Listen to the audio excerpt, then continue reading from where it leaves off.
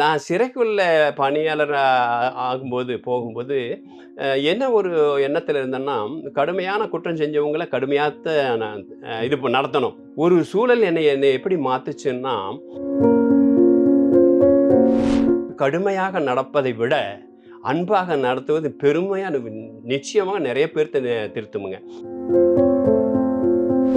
அன்பே மிகப்பெரிய ஆயுதமுங்க. மத்த ஆயுதங்கள் தோற்கும் இடத்தில் அன்பு வெல்லும். ஒரு வழக்குல ஒரு சின்ன குழந்தைய மர்டர் பண்ணதாக அவர் மீது குற்றம் சுமத்தப்பட்டு அந்த வழக்குல உள்ள வந்திருக்காரு. சுப்ரீம் கோர்ட் போறேன். ஆனாலும் எனக்கு ஒரு சின்ன உதவி செய்யுங்க ஐயா. என்னன்னா, எனக்காக என்னோட மாமன் மகள் எனக்காக ஏற்கனவே நாங்க 2 பேரும் காதலிக்கிறோம். ஏற்கனவே 2 பேரும் திருமணம் செய்வதாக முடிவு செய்திருந்தா, உள்ள வந்திருந்தனால நாங்க அது பண்ண முடியல. இனி இதற்கு மேல நான் அவள காத்திருக்க சொல்லக்கூடாதுங்க ஐயா. அதனால தயவு செய்து ஒரு சிறப்பு நேர்காணலுக்கு எனக்கு அனுமதி வழங்கணும். அடுத்த வாரம் அவரு சொன்ன அந்த டேட்ல காலையில ஒரு தபால் வருதுங்க. சுப்ரீம் கோர்ட்ல இருந்து இவருக்கான விடுதலை. நம்ம வடபழனியில வச்சு நானும் என் மனைவியும் இந்த சிறைவாசியனோட பெற்றோராக இருந்து அந்த திருமணத்தை நடத்தி வச்சோங்க. கொலை குற்றம் பண்ணவர் அந்த லைஃப் டைம் முடிச்சு வெளியே போய் கவுன்சிலர் ஆயிருக்காரு. அவர் எல்லாம் கூப்பிட்டு அங்கே பாராட்டணும். அதே மாதிரி உள்ள டெய்லரிங் கற்றுட்டு ஒருத்தர் வெளியே போயிட்டு ஒரு 5 ஃபேமிலிக்கு அவர் வாழ்வாதாரம் கொடுக்குறாருங்க. தூக்கு தண்டனை நிறைவேற்றுவதற்கு முன்னால் சிறைக்குள்ள என்னென்ன நடக்கும் அப்படின்றத பற்றி நான் ஒரு சின்ன இது சொல்கிறேன் பாருங்க. அதாவது இந்த தூக்கு தண்டனை நிறைவேற்றக்கூடிய சிறைவாசியின் வெயிட்டை பார்ப்பாங்க. அந்த வெயிட்டை போல் 1.5 மடங்கு வெயிட் உள்ள மணல் மூட்டையை கட்டி அதை சோதிச்சு பார்ப்பாங்க. அந்த அரை மணி நேரம் அந்த தூக்கிலேயே அவர்கள் தொங்கிக் கொண்டு இருக்க வேண்டும். அரை மணி நேரம் கழித்து தான் டாக்டர் போய் செக்அப் பண்ணுவாங்க. சொல்வதற்கு ரொம்ப சுலபமாக இருக்குங்க. நான் ஒரு கதை மாதிரி உங்களுக்கு சொல்லிட்டேன். ஆனால் இந்த நிகழ்வு 1 மாதம் அப்படியே வந்து மனதில் வந்து போயிட்டே இருக்குமுங்க.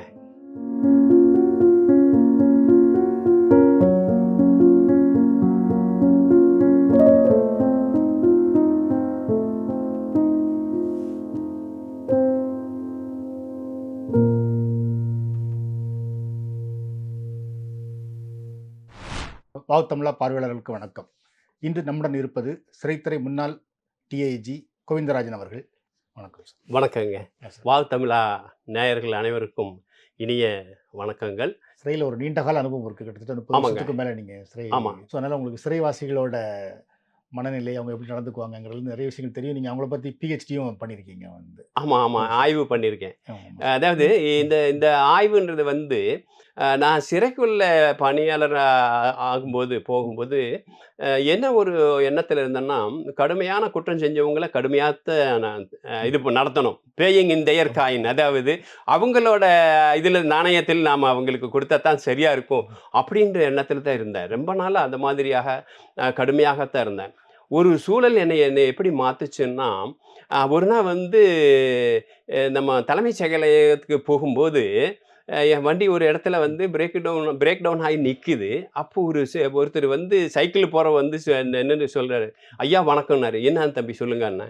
ஐயா நீங்கள் எப்பவும் மாதிரி பேசுவீங்க, ஆனால் அது எனக்கு பேசுனது மாதிரி இருந்தது. அதனால நான் இது சிறைக்கு போகும் பழக்கத்தையே விட்டுட்டேன். புது வாழ்க்கை வாழ்கிறேன். என்னப்பா அப்படின்னா, அது நீங்கள் இல்லைங்க, இந்த மதர்ஸ் டே அப்போ நீங்கள் ஒரு இது சொன்னீங்க, எல்லா பிளாக்கும் சொன்னீங்க. ஆனால் அந்த என்னோட பிளாக் தொகுதியில் சொல்லும்பொழுது எனக்கு சொன்னது போல் இருந்தது அப்படின்னு சொன்னார். அப்போ நான் யோசித்தேன், அதாவது மிக கடுமையாக நடப்பதை விட அன்பாக நடத்துவது பெருமையா நிச்சயமாக நிறைய பேர்த்த திருத்துமுங்க. யாருக்கிட்ட கடுமையாக நடக்கணும்னா, அந்த கடுமையான சூழலை இப்படித்தான் மேனேஜ் பண்ணணும் அப்படின்னா அப்படித்தான் நம்ம பண்ணி ஆகணும். அதனால அன்பே மிகப்பெரிய ஆயுதமுங்க. மற்ற ஆயுதங்கள் தோற்கும் இடத்தில் அன்பு வெல்லும். அதுதான் ஆங்கிலத்தை சொல்லுவாங்க, there is more power in the blooming of a flower than the booming of a gun. அதாவது மெல்லன முட்டவிழும் மலரில் இருக்கின்ற ஆற்றல் மிக அதிக பயங்கரமாக வெடிக்கின்ற ஒரு குண்டில் இல்லை அப்படின்னு சொல்கிறாங்க. அந்த மெல்லனா அப்போ அது என்ன ரெப்ரசன்ட் பண்ணுறாங்கன்னா, அன்புக்கு அவ்வளவு பெரிய ஆற்றல் இருக்குதுன்னு சொல்கிறாங்க.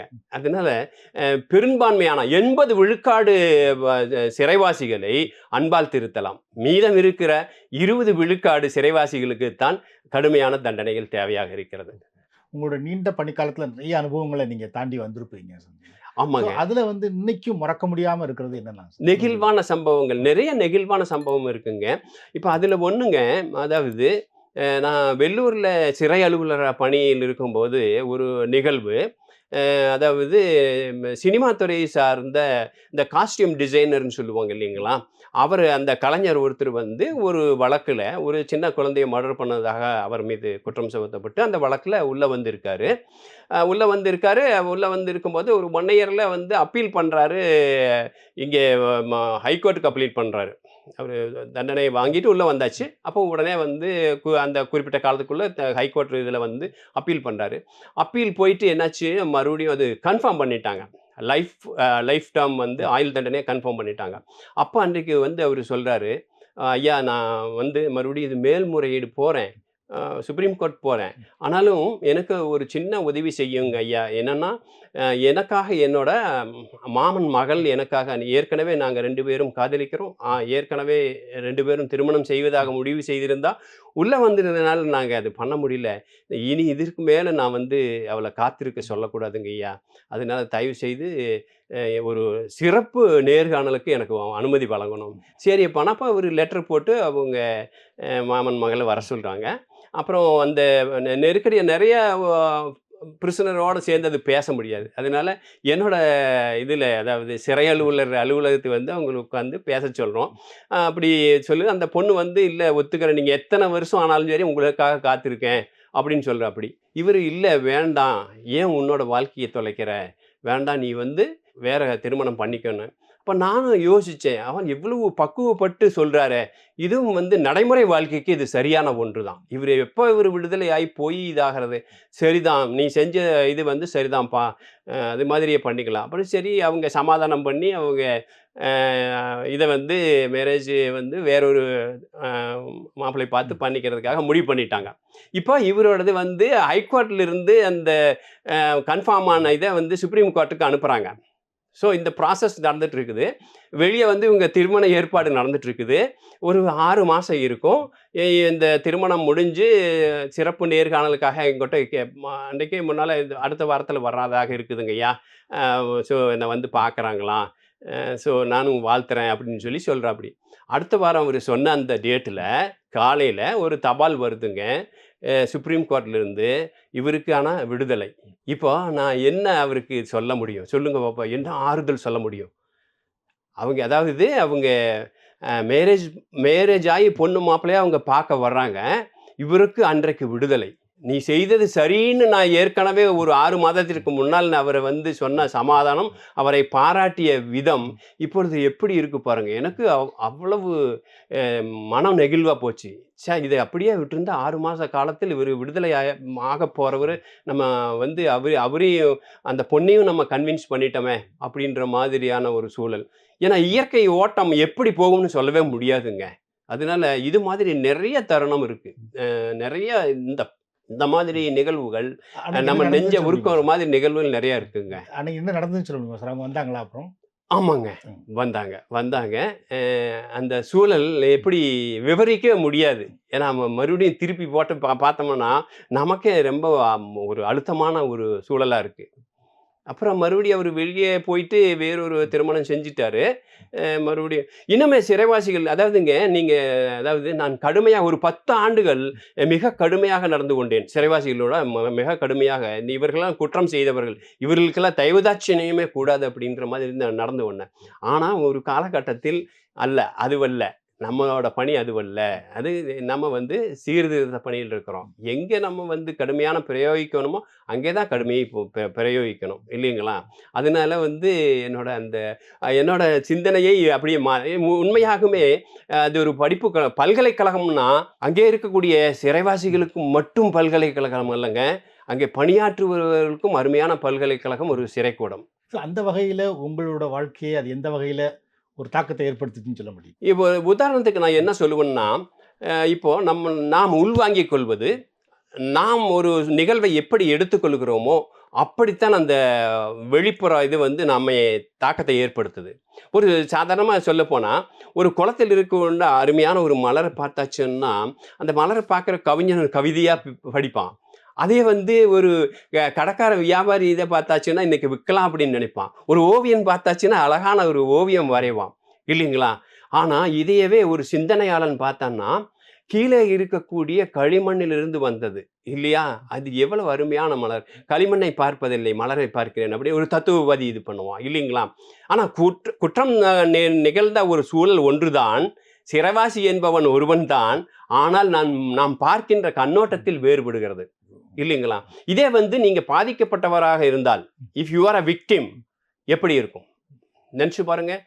விக்டிமா இருந்தா, ஆனா இதுல இன்னொரு நெகிழ்வான தருணம், இன்னொரு இதை சொல்றேன் பாருங்க. உறவுக்காரர்களுக்குள்ள சண்டை. இந்த சண்டையில வந்து ஒருவர் குடும்ப தலைவரை மர்டர் பண்ணிடுறாங்க. இந்த சின்ன பையன் ஒருத்தன் சின்ன வயசு இது பண்ணிடுறாங்க. இப்போ என்னாச்சு, சிறைக்குள்ள வந்துடுறாங்க. இப்போ அந்த இறந்து போனார் பாருங்க, அவரோட பெண் பிள்ளைகளும் இப்போ வாலிப வயதுக்கு வந்தாச்சு, திருமண வயதுக்கு வந்தாச்சு. இப்போ உள்ள வந்த அந்த சிறைவாசி சொல்றாரு, ஐயா நடந்தது நடந்து போச்சு. இப்போ அவங்களுக்கு அப்பா இல்லை, என்னோட பையன் நல்ல வேலையில் இருக்கான். தயவு செய்து கொஞ்சம் அவங்ககிட்ட பேசி என்னோட பையனுக்கு அந்த பொண்ணை கொடுக்க சொல்லுவீங்களா? இந்த நிகழ்வு வேற ஒரு என்ஜிஓவுக்கு நான் இதை சொல்லி, அந்த என்ஜிஓ வந்து இந்த திருமணத்தை நடத்தி வச்சாங்க. அப்புறம் இன்னொரு அருமையான நிகழ்வுங்க. ஒரு சிறை பணியாளர் இவ்வளவு செய்ய முடியுமா அப்படின்னா செய்ய முடியுமுங்க. எப்படின்னா, தனிப்பட்ட ஒரு கோவிந்தராஜனால் செய்ய முடியும் என்றால் எல்லோருமே செய்யலாம். ஒரு சிறைவாசி வந்து அவருக்கு லீவே கிடைக்கலீங்க. என்னை மாதிரி வந்து திருமணமாகாத ஒரு இவங்க இப்போ எங்கள் சொந்தத்தில் பெண் இருக்காங்க. அவங்கள இப்போ நான் திருமணம் பண்ணுவதற்காக முன் வரணுங்க. ஆனால் அவங்க வீட்டில் அதை ஏற்றுக்க மாட்டேங்கிறாங்க. ஸோ இதற்கு லீவ் எல்லாம் வேணும். சரி அப்பா, நான் வந்து as a DIG I can grant you நம்ம 1 மந்த் தாராளமாக நான் உனக்கு வந்து திருமணம் இதுக்கு கொடுக்கலாம் அப்படின்னு சொல்லி திருமண இதுக்கு அவருக்கு லீவு கொடுத்துட்டேன். அவங்க வீட்டிலேருந்து யாரும் வரல.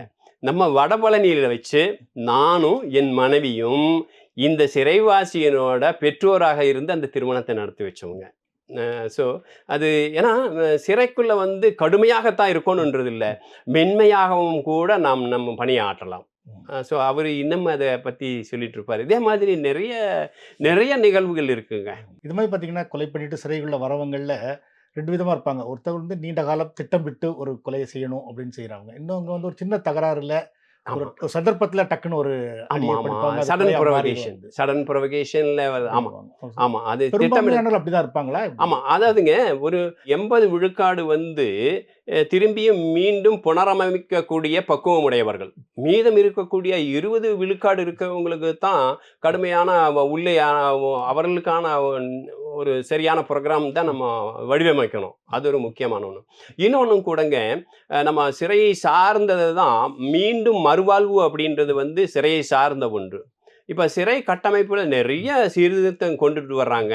அதே மாதிரி புது புது ஐடியாஸ் எல்லாம் கொண்டு வருவாங்க. உளவியல் அடிப்படையில் அவங்கள சீர்திருத்துதல், அவர்களுக்கான பணிகளை கொடுத்து அவர்களை மீண்டும் வாழ்வாதாரத்தை பெருக்குவதற்கு உண்டான வாய்ப்பு கொடுக்குறது, இது எல்லாமே பண்ணுறாங்க. ஆனால் வந்து இது ஃபாலோ அப்னு சொல்லுவாங்க இல்லைங்களா? இதே வெளியே போனான்னா அவங்க எப்படி இந்த சமுதாயம் எதிர்கொள்ளுது அப்படின்னு கண்காணிப்பதற்காக ப்ரொபேஷன் விங்குன்னு ஒரு இது இருக்குதுங்க. இப்போ அந்த ப்ரொபேஷன் விங்குனோட மொத்த பணியாளர்கள் எண்ணிக்கை இப்போ குறைச்சிட்டாங்க. ஸோ அது என்ன காரணத்தால் குறைச்சாங்கன்னு தெரியல. ரிலீஸ் ஆனவங்களை திருப்பி நம்ம கண்காணிக்கணும், அவங்களோட இதை மெயின் ஸ்ட்ரீமுக்கு கொண்டு வரணும் அப்படின்ற ஒரு இதை வந்து இன்னும் கூட நம்ம கருத்தில் எடுத்துக்கொள்ளலேன்னு தான் நினைக்கிறேன். என்னோட ஆய்வு அதில் தான் நான் பண்ணியிருக்கேன். பாரதியார் யூனிவர்சிட்டியில் வந்து விடுதலையான சிறைவாசிகளை பற்றியான ஒரு ஆய்வு பண்ணியிருக்கேன். அந்த விடுதலையான சிறைவாசி ஏன் அதை எடுத்து ஆய்வு பண்ணேன்னா, நான் பணியில் இருக்கும்போதே ஒரு சிறைவாசி விடுதலை பண்ணுறாங்க. பண்ணிட்டு ஒரு வாரத்தில் மறுபடியும் அந்த சிறைவாசி லைஃப் டைம் கழிச்சு வருங்க. ஒரு ஆயுளை கழித்தவர் வெளியே போகிறாரு, அடுத்த வாரத்தில் உள்ளே வந்துட்டார். அவர் தனியாக கூப்பிட்டு போய் விசாரித்தேன். அவர் என்ன சொல்கிறாரு, எனக்கு யாருமே இல்லைங்க, வெளியே எனக்கு வேலை கொடுக்குறதுக்கு ஆள் இல்லை, நான் என்ன செய்யட்டும் எனக்கு புகலிடம் இது ஒன்று தான். அதனால சின்ன ஒரு குற்றத்தை செஞ்சு நான் இப்போ உள்ளே வந்துட்டேன். நீங்கள் என்ன செய்ய சொல்கிறீங்க அப்படின்னாரு. அதாவது அப்போ நம்ம வந்து அந்த ஆஃப்டர் கேர் அப்படின்றது வந்து சரியாக ரீச் ஆகலைன்னு அர்த்தம். பாளையங்கோட்டையில் ஒரு சிறைவாசி வந்து விடுதலை ஆகிறாரு. விடுதலை ஆனால் அடுத்த மாதத்திலே உள்ளே வந்துடுறாரு. என்னன்னு கேட்டாச்சுன்னா, அவர் வந்து சரியாக நம்ம காவல்துறையோடு சரியான போக்கு காட்டாததுனால, அவரு இப்ப ஏதோ இது பண்ணியிருக்காரு, உள்ள புடிச்சு கொண்டு வந்து போட்டாங்க. அப்ப உள்ள புடிச்சிட்டு வந்து போட்டுட்டா. ஏன்னா 3 மந்த்ஸ்க்கு வந்து அவங்க எந்த ஒரு குற்றம் செய்யக்கூடாதுங்க. எதுங்க சிறைவாசிகள் வந்து எந்த குற்றத்திலும் ஈடுபடக்கூடாது. அதே மாதிரி நீங்க கேட்டா ஆச்சரியப்படுவீங்க. விதிகளில் இருக்கிறது அவர்கள் அ மது அருந்தக்கூடாதுன்னு. விதிகளில் இருக்கிறது. ஏன்னா குறிப்பிட்டு நான் அத சொல்லணும். அந்த ஏன்னா மது அருந்துதல் அப்ப வந்து அந்த மேனுவல் இதுல அத சேர்த்திருக்காங்க. அதே மாதிரி எந்த தகராறு பெட்டி கேஸ்ல எதுவும் வரக்கூடாது. ஸோ அப்படி உள்ள வந்தாச்சு என்னாச்சு, இவரோட ரிலீஸ் குடுத்தாங்க பாருங்க. ஆஃப்டர் லைஃப் முடிச்சு அவருக்கு ரிலீஸ் ஒண்ணு குடுப்பாங்க. Premature release. அந்த ப்ரீமெச்சூர் ரிலீஸ் கேன்சல் ஆயி போகும். ஸோ அதனால எப்பவுமே விடுதலையான சிறைவாசிகள் ரொம்பவுமே அதாவது கண்ணாடி பாத்திரம் போல ரொம்பவும் பக்குவமா இருக்கணுமுங்க. அது மாதிரி அதே மாதிரி இந்த விடுதலையான சிறைவாசிகளுக்கு வந்து ஒரு சப்போர்ட். ஏன்னா மீண்டும் அவங்க கிரைம் பண்ணிட்டு வந்துடக்கூடாது. அப்போ அவங்க ஃபேமிலி மெம்பர்ஸ் அது இது பண்ணணும். அப்புறம் அங்க இருக்கக்கூடிய அந்த சமுதாயமும் கொஞ்சம் இது பார்க்கணும். ஏன்னா அவனை வெறுத்து ஒதுக்கக்கூடாது. ஏன்னா ஏன்னா மகாத்மா காந்தி என்ன சொல்லியிருக்காரு? Hate sin not the sinner. எப்படிங்க? நீங்க அந்த பாவச் செயலை, குற்றச் செயலை நீ வெறுத்து ஒதுக்கு. ஆனால் அந்த குற்றம் செய்தானே அவனுக்குள்ள ஒரு மனிதம் இருக்கிறது. அதை மீட்டெடுக்க பாரு அப்படின்னு சொல்லியிருக்காங்க. மனிதனுக்கு முக்கியமான ஒன்று அன்பு காட்டுதல். அதான் முக்கியமுங்க. அப்புறம் அங்கீகரித்தல். நீங்க பார்த்தீங்கன்னா, இதில விஞ்ஞானபூர்வமாக அந்த மாஸ்லோஸ் பிரமிடுன்னு ஒரு இது சொல்லுவாங்க. ஒவ்வொரு மனிதனுக்கு அடிப்படை தேவைன்றது உணவு, இருப்பிடம், பாதுகாப்பு இது போக லவ்டு டு பி லவ்டு. அதாவது நேசிக்க பிறர் தானே நேசிக்க, தான் பிறரை நேசிக்க. இந்த இது இருக்கணுங்க. அவங்களெல்லாம் அதாவது என்ன சொல்லுவாங்க, அந்த தொடுதல் அதாவது டச் ஹங்கர் அப்படின்னு சொல்லுவாங்க. நம்ம வந்து அப்படி ஒருத்தர் தொட்டால நமக்கு ஒரு சந்தோஷம், ஒரு பாதுகாப்பு உணர்வு ஏற்படுது இல்லைங்களா? அந்த மாதிரி தானுங்க விடுதலையான சிறைவாசிகளை வந்து எல்லாருமே இந்த சமுதாயம் என்னன்னா, என்ன சொல்லுவாங்க, இது ஒரு ஸ்டிக்மான்னு சொல்லுவாங்க. அது சிறைக்கு போய் வந்தவன் அப்படின்னு. அப்போ ஒதுக்க அவன் வந்து செக்லூட் ஆகி போயிடுவான். அது போனா எல்லா சிறைவாசிகளுக்கு முன்னால அதாவது விடுதலை ஆவதற்கு முன்னால் இந்த இது வந்து நம்ம எல்லா சிறைகளிலும் செய்யணும். என்னன்னாங்க ப்ரீ ரிலீஸ் கவுன்சிலிங். அதாவது விடுதலை ஆவதற்கு முன்னால் அவர்களுக்கான ஆற்றுப்படுத்துதல். எப்படின்னா வெளியே போனால் இப்படி தப்பாக இருக்கும், வெளியே காதுபடவை இவன் பேசுவான், நீ கோவப்படக்கூடாது. இப்போ வெளியே போய் உன்னோட காலில் நிற்க உண்டான ஒரு வேலையை நீ தேடிக்கணும். இங்கே இருக்கும்போதே அந்த பயிற்சி பெற்ற ஒரு இதை வந்து நீங்கள் இது பண்ணிக்கணும். அப்புறம் இந்த சாஃப்ட் ஸ்கில்னு சொல்லும் பாருங்க, சுய மேலாண்மை. அதற்கு நிறைய சிறைக்குள்ள நிறைய இந்த மாதிரியான ப்ரோக்ராம் நிறைய இருக்குதுங்க. அதாவது தன்னைத்தானே ஆற்றிப்படுத்திக் கொள்ளுதல், தன்னோட அந்த கோபங்களை இதையெல்லாம் வந்து கட்டுப்படுத்தி இதுக்கெல்லாம் நிறைய உள்ள வந்து வாய்ப்புகள் இருக்கு. யோகா சென்டர் இதெல்லாம் இருக்கு. விடுதலை ஆன பிற்பாடு நான் வந்து ஒரு 200 இவங்களை செலக்ட் பண்ணிட்டு அதில் வந்து குறிப்பிட்ட மிகவும் சிறப்பாக வெளியே போய் விடுதலையாகி வாழ்ந்து கொண்டிருக்கின்ற சிறைவாசிகளை வந்து நான் பாரதியார் யூனிவர்சிட்டிக்கு அவங்கள அழைச்சி அவங்களோட தற்கால அப்படி விடுதலைக்கு பின்னால் அவர்களுக்கு உண்டான வாழ்க்கை தரம் எப்படி இருக்குது அப்படின்றத வந்து அவங்களையே பேச சொல்லிட்டு அப்புறம் அவங்களுக்காக ஒரு நினைவு பரிசு கொடுத்தேன். இந்த நினைவு பரிசு என்னன்னா வஉசியினோட ஃபோட்டோ போட்ட ஒரு அருமையான ஒரு இது கொடுத்தேன். ஏன்னா கோவை மத்திய சிறைனாவே வஉசி பற்றி நினைக்காம இருக்கவே முடியாதுங்க. அவ்வளவு கஷ்டப்பட்டுருக்காரு சிறையில் வந்து.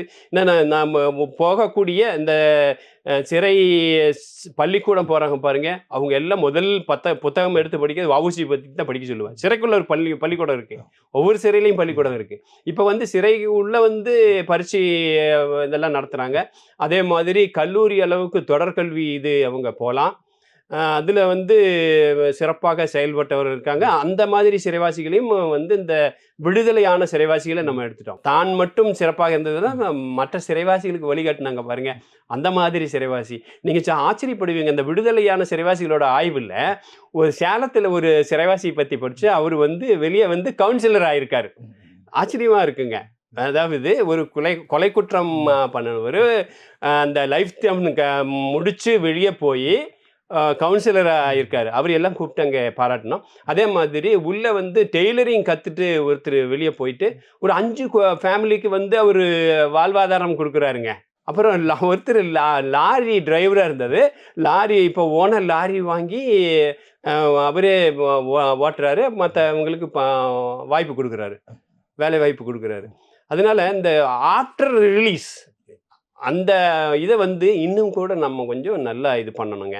அதற்கு முக்கியம் வந்து ப்ரொபேஷன் ஆஃபீஸர்னு சொல்லக்கூடிய இதை வந்து இன்னமும் கூட பலப்படுத்தணும். இன்னும் நிறைய, அதாவது ஒவ்வொரு தாலுக்காவுக்கு ஒரு 2, 3 ப்ரொபேஷன் ஆஃபீஸர் போடணும். இந்த ப்ரொபேஷன் ஆஃபீஸரோட வேலை என்னவா இருக்கணும்னா, விடுதலையானவர்களை மட்டும் பார்க்கக்கூடாது. இவங்க என்ன பண்ணணும், கிரைம்னால என்னென்ன தீங்கு வருதுன்றது பள்ளி கல்லூரியில் போய் இவங்க வாரத்தில் ஏதாவது ஒரு கல்லூரியில் போய் பேசணும். ஏன்னா அந்த மாதிரி ஒரு ப்ரோக்ராம் வச்சாச்சுன்னா இது என்னன்னா ப்ரோஆக்டிவ் கிரிமினல். ஏன்னா கிரைம் வந்து இட்ஸ் அ டைனமிக் கான்செப்ட்னாங்க. நம்ம அந்த காலத்தில் இருந்த ஒரு குற்ற செயலுக்கும் இப்போ வந்து நிறைய மாற்றங்கள் ஏற்படுது. இந்த கால சூழலுக்கு ஏற்ப நம்ம என்ன பண்ணணும், நம்மளோட அந்த மெத்தட் ஆஃப் ட்ரீட்மெண்ட்டையும் மாற்றிக்கணும். அப்புறம் அப்ரோச் ப்ரோஆக்டிவ் இதெல்லாம் நம்ம கொண்டு வரணும். ப்ரிவென்டிவ் மெத்தட்ஸ் நம்ம கொண்டு வரணுங்க. குறிப்பாக அந்த ஆயுள் தண்டனை கைதிகள் மாதிரி நீண்ட காலம் சிறையில் இருந்துட்டு வெளியே வந்தவங்க சமூகத்தோட திரும்ப பொருந்துறதுல நிறைய சவால்கள் இருக்கும். ஸோ என்ன மாதிரி சவால்கள் இருக்கா உங்களுக்கு? விடுதலையாகும் பட்சத்தில் இருக்கக்கூடிய சிறைவாசிகள் நான் என்ன சொல்லுவேன், உங்கள் ஊரில் உனக்கு உங்கள் குடும்பத்திற்கும் மற்றவர்களுக்கு எல்லாரும் நல்ல சுமூகமான இது இருந்தாச்சுன்னா நீ அதே ஊரில் நீ அங்கேயே போயிட்டு உன்னோட தொழிலை செய். அப்படி இல்லாத பட்சத்தில் புது ஒரு இடத்த தேர்ந்தெடுத்துக்க. ஏன்னா புது இடத்துல போகும்போது உனக்கான அந்த ஒரு ஸ்டிக்மா வந்து நிச்சயமாக இருக்காது. அப்போ புது இடத்துல புதிதாக உனக்கு முடிந்த ஒரு தொழிலை செய்யி. அதாவது நம்ம நினைக்கிறோங்க, சிறைக்கு உள்ளே போகும்போது மிகப்பெரிய மனத்தாக்கம் இருக்கும் அப்படின்னு நினைக்கிறோம். ஆனா அதற்கு மாறாக விடுதலையாகும் போதுதான் மிகப்பெரிய மனத்தாக்கம் இருக்கும். உள்ளே போயிட்டோம், ஐயோ உள்ளே இவ்வளவு இருந்தால் வந்துட்டோம், உள்ளே வந்துட்டோமே அப்படின்ற ஒரு பெரிய சங்கடம் இருக்கும். ஆனால் அந்த விடுதலை ஆகிறதுக்கு முன்னால் இருக்கு பாருங்க, வெளியே போய் என்ன பண்ண போகிறோம், மீண்டும் நம் தொழிலை மறுபடியும் கட்டமைக்க முடியுமா, நம்ம ஃபேமிலியை மறுபடியும் நம்ம காப்பாற்ற முடியுமா, எதிரிகளினோட இது வந்து நம்ம மறுபடியும் இந்த சுழலுக்குள் இழுத்து விடுமா, இப்படி ஆயிரக்கமான கேள்விகள் அவனுக்குள்ளே எழுந்துகிட்டே இருக்கும். அப்போ தான் முக்கியமாக அவனுக்கு வந்து ஒரு ஆற்றுப்படுத்துதல் கவுன்சிலிங் அவனுக்கு முக்கியமாக தேவை. அதாவது ப்ரீ ரிலீஸ் கவுன்சிலிங் அது முக்கியமாக தேவைங்க. ஒரு சிறை பணியில் வந்து ரொம்ப ஒரு உணர்ச்சி பூர்வமான ஒரு கட்டம் அப்படிங்கிறது அந்த தூக்கு தண்டனை கைதிகளை வந்து அந்த கடைசி நேரங்களில் சந்திக்கிறது சார். நீங்கள் இருந்த காலகட்டங்கள் கிட்டத்தட்ட ஒரு நீண்ட காலங்கிறப்ப நிறைய தூக்கு தண்டனை நிறைவேற்றப்பட்டிருக்கும், வந்து நீங்கள் அந்த காலகட்டங்களில் இருந்திருப்பீங்க. எப்படி இருந்தது அந்த சம்பவங்களை பார்த்து? ஆமாங்க, நான் வந்து துணை சிறை அலுவலராக பணியாற்றும் பொழுது ஒரு நேர்வு 2 சிறைவாசியாக தந்தை மகன் 2 பேர்த்தையும் நிறைவேற்றக்கூடிய ஒரு சூழல். இப்போ பார்த்தீங்கன்னா ஒவ்வொரு பணியாளரும் தவிர்க்க முடியாதது செஞ்சு தான் ஆகணும் இல்லைங்களா. ஒரு உயிரை எடுப்பது பாவச்செயல்னு சொல்கிறோம். ஆனால் அவன் அதற்கு முன்னால் பல உயிரை எடுத்திருக்கான். அவன் வந்து அதை பற்றி நினைக்கல. ஆனால் நம்ம வந்து எதுவுமே இல்லாமல் நம்ம வந்து அவனை உயிர் எடுக்க போகிறோம்னா கொஞ்சம் நம்ம மனநிலையும் கொஞ்சம் இதாகுது.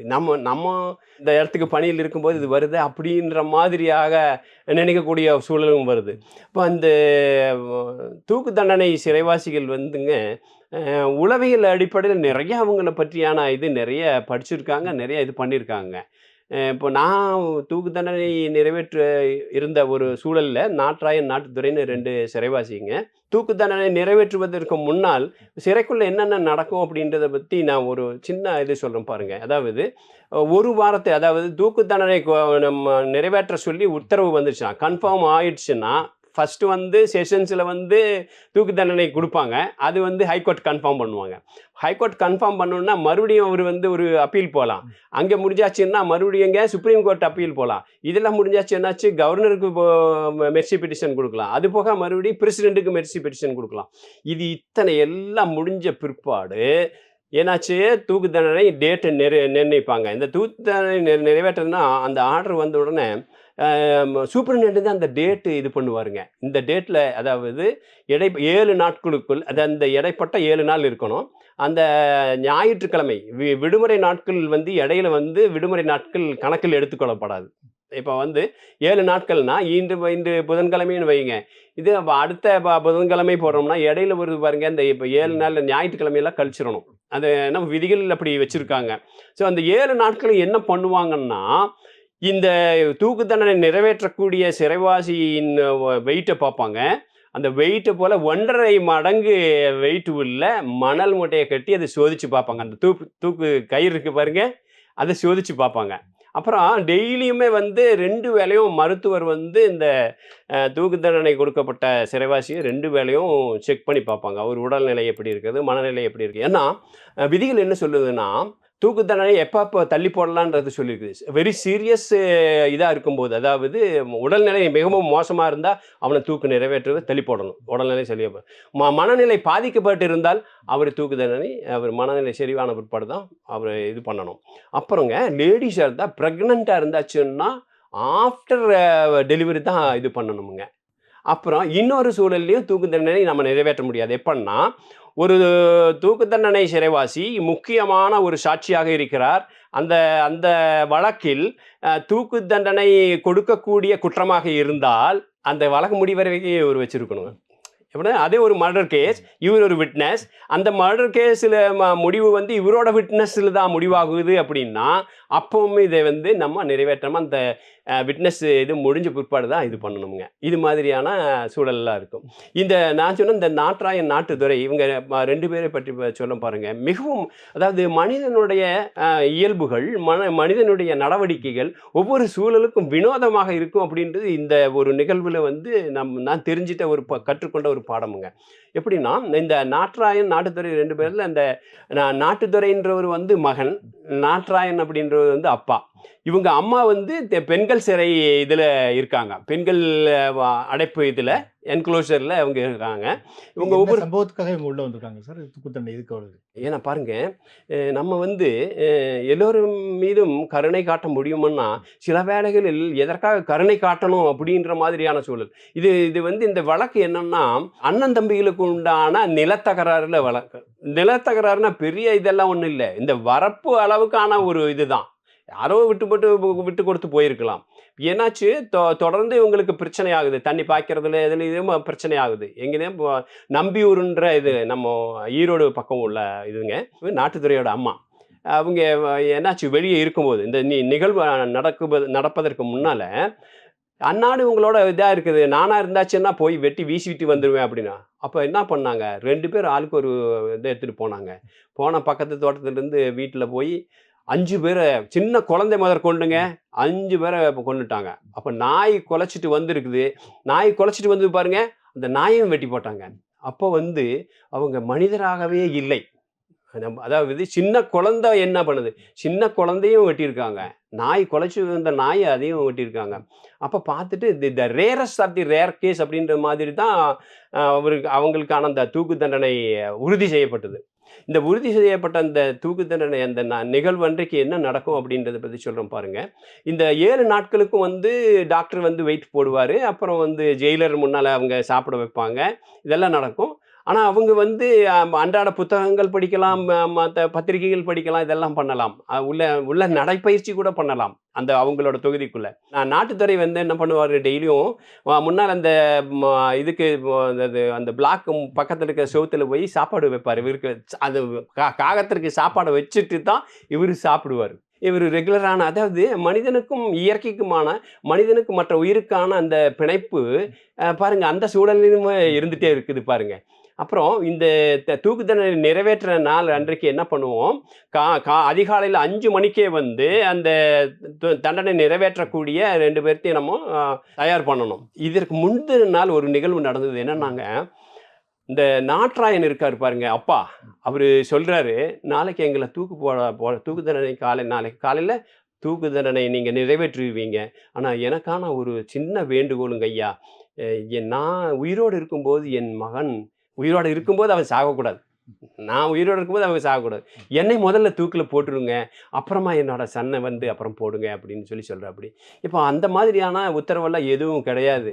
இருந்தாலும் நாங்கள் பார்க்குறோம், பதிவேடுகளை பார்க்குறோம் அப்படின்னு சொல்லி. அப்போ பதிவேடு பார்க்கும்போது இந்த நாட்ராயன் முதல்ல வர்றாரு, நாட்டுத்துறை அடுத்த நம்பரில் வர்றாரு. ஸோ முதல்ல வர நம்பர் வந்து நம்ம அந்த ரிஜிஸ்டரில் வந்து முதல் வர்ற நம்பர் தான் நம்ம போடணும். அப்புறம் இந்த மாதிரி இப்போ இருக்குது, சரி உன்னோட அந்த விருப்பத்தை நம்ம நிறைவேற்றக்கூடிய ஒரு வாய்ப்பு தான் அப்படின்னு சொல்லிட்டு, அடுத்த நாள் காலையில் அந்த தூக்கு மேடைக்கு கொண்டு போகிறதுக்கு முன்னாலே இவருக்கு அன்றைக்கு இப்போ புது ஆடை புத்தாடை கொடுப்போமுங்க. இது வந்து கான்விக்ட் ட்ரெஸ்ஸு, புது ட்ரெஸ் கொடுப்போம். அப்புறம் இந்த செல்லுக்குள்ளேயே அவங்களோட கைகளை 2 பின்னால் கட்டிடுவோம்.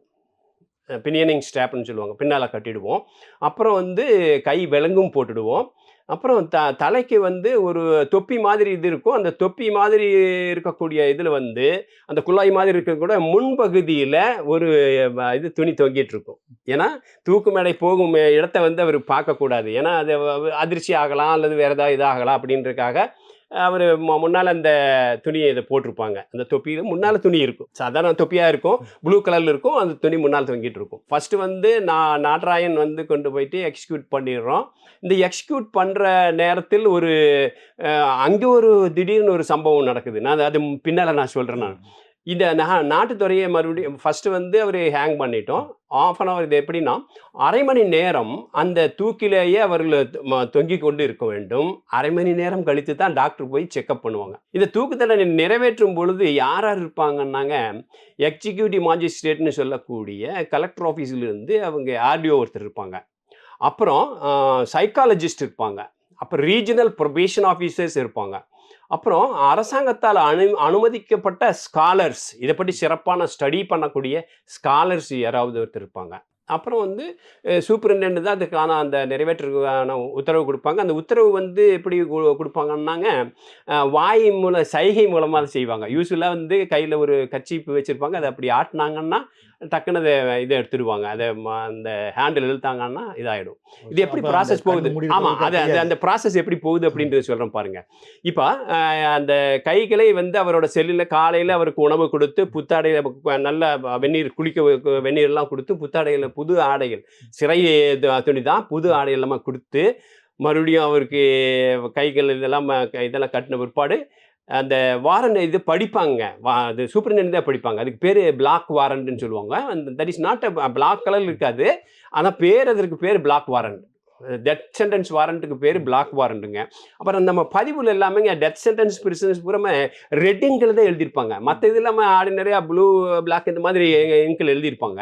ஆனால் டெத் சென்டென்ஸ் பிரிசனர் இருக்காங்க இல்லைங்களா, அவங்களோட அந்த பதிவுகள் பூரா ரெட் இங்கில் இருக்கும். ஸோ அந்த பிளாக் வாரண்டை படிப்பாங்க. இந்த குற்றத்திற்காக உனக்கு தூக்கு தண்டனை நிறைவேற்ற போகிறோம் அப்படின்னு சொல்லுவாங்க. அப்போ அந்த கடைசி ஆசை இது எல்லாமே வந்து சினிமாவில் தான் நம்ம அந்த மாதிரி கடைசி ஆசை கேட்பதெல்லாம் அதெல்லாம் இல்லைங்க. அந்த மாதிரி நீங்கள் என்ன சொல்ல விரும்புகிறீங்கன்னா அதெல்லாம் கோர்ட்லேயே எல்லாமே முடிஞ்சு போயிடும். எல்லாமே கோர்ட்டு முடிஞ்சு போயிடும். நம்ம படிப்போம், எஸ் பர் த ஆர்டர் நம்ம உன்னை தூக்கிலிட போகணும்னு சொல்லிட்டு அப்புறம் அப்படியே கொண்டு போவோம். ஃபஸ்ட்டு வந்து அந்த அப்பா, அதாவது நாட்ராயனோட அவரோட வேண்டுதல் படி ஃபஸ்ட்டு அவர் இது பண்ணிடுறோம், ஹேங் பண்ணிடுறோம். அடுத்து தான் நாட்டுத்துறையை கூப்பிட்டு வரோம். படிகளில் அப்படியே இறங்கி வந்து அப்படியே கூப்பிட்டு போகிறோம். அது தரையாக இருக்குது. பக்கத்தில் ஏன்னா சைக்காலஜிஸ்ட் இருக்காங்க, ப்ரொபேஷன் ஆஃபீஸர் இருக்காங்க, ஆர்டிஓ, இவங்க எல்லாருமே இருக்காங்க. பெரிய ஒரு ப்ரொசஷன் மாதிரி எப்படி போகும். ஏன்னா நிறையா கூட வந்து பாதுகாப்பு காவலர்கள் கூடவே வருவாங்க. ஸோ அப்புறம் அலுவலர் என்ன மாதிரியான பணியாளர்கள், அலுவலர்கள் எல்லாமே கூட வருவாங்க. அப்படி கொண்டு போயிட்டு இருக்கும்போது நடந்தபடி கொண்டு போய் 2 பக்கம் 2 பேர் பிடிச்சிருக்காங்க. அப்படியே நடந்து போயிட்டு இருக்காங்க. அந்த துணி இப்படி முன்னால் மூடி இருக்கு இல்லைங்களா, அப்படின்னு தலை தூக்குறாருங்க. அப்படியே மேலே போயிடுதுங்க. அப்போ எங்களுக்கு எல்லாத்துக்குமே அதிர்ச்சியாக போயிடுச்சு. அது ஏன்னா முன்னால் அது மூடித்தான் இது கொண்டு போகணும். அப்போ பார்த்து டக்குன்னு காவலர் வந்து, ஏங்க இப்படி பண்ணுறீங்க அப்படி அவர் சொல்கிறாரு. நாட்டுத்துறை சொல்கிறாரு, ஐயா வேற ஒன்றும் இல்லைங்கய்யா, நடந்து போகும்போது கல் எதாக இருந்தால் பட்டுடும் இல்லைங்க. கூட அந்த உளவியல் நிபுணர், சைக்காலஜிஸ்ட், இவங்க எல்லாருமே ஸ்டன் ஆயிடுறாங்க. இவர் இப்போ போகிறது தூக்கு மேடைக்கு போகிறாரு. ஆனால் போகும் வழியில் கல்லெல்லாம் காலில் பற்றுமோ அப்படின்னு நினைக்கிறாரு. அப்போது நம்ம மனதிற்குள் அந்த பாதுகாப்பு உணர்வு, உயிரே போகும்போது கூட உயிரே போயிடும் அப்படின்னு நினைக்கிற நேரத்தில் கூட அந்த பாதுகாப்பு உணர்வு தன்னை அறியாமல் வருது பாருங்க.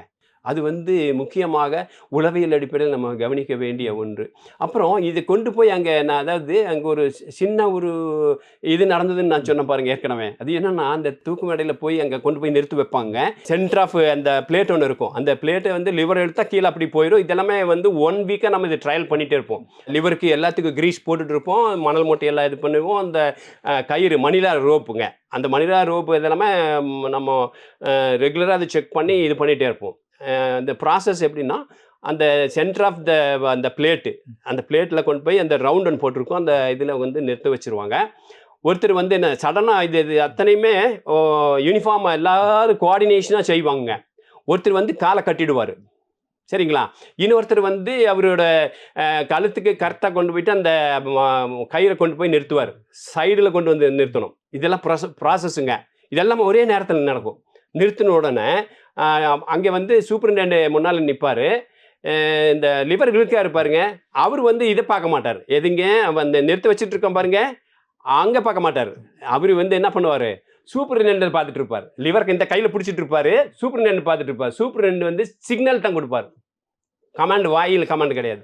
ஒரு கட்சியில் எப்படியும் பார் டக்குன்னு இழுப்பார், அது இப்போ ஃப்ரீயும் கீழே அப்படியே போயிடுவாங்க. கீழே போயிடுவோம். 1/2 hour இது.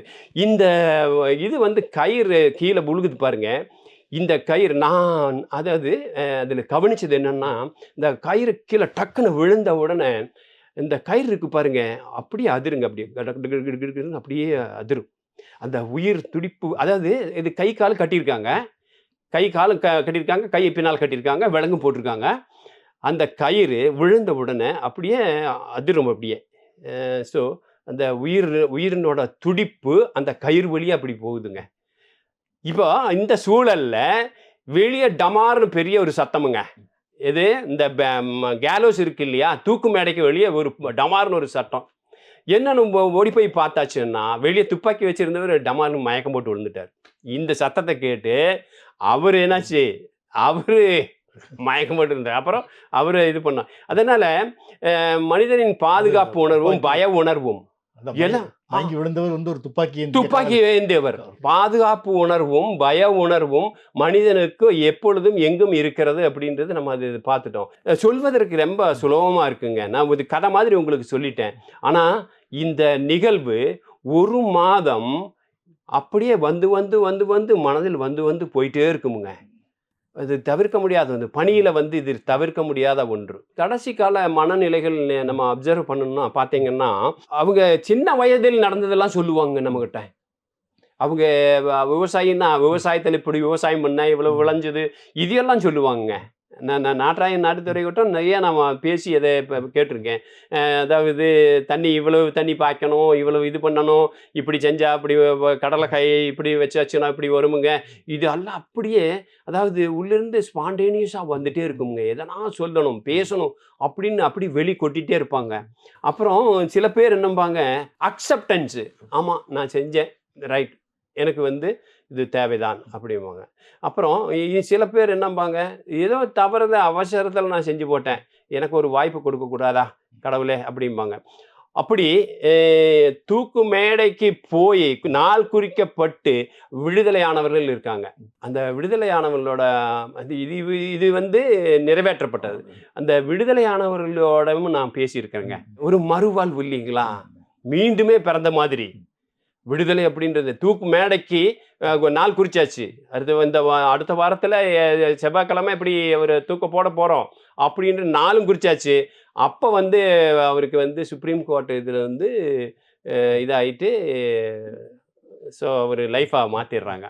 அவர் தூக்கு மேடைக்கு போகக்கூடியவர். அவரை பொறுத்தளவு அது சந்தோஷம். ஆனால் நாங்கள் பணியாளர்கள் எல்லாருமே கூட அதை பார்த்து பாவம் ஒரே பையன் அவன் தப்பிச்சு வந்துட்டான், ஏதோ வேகத்தில் செஞ்சுட்டான், தப்பிச்சிட்டான் அப்படின்னு பணியாளர்கள் எல்லாருமே கூட அதை கேள்விப்பட்டு சந்தோஷப்பட்டாங்க.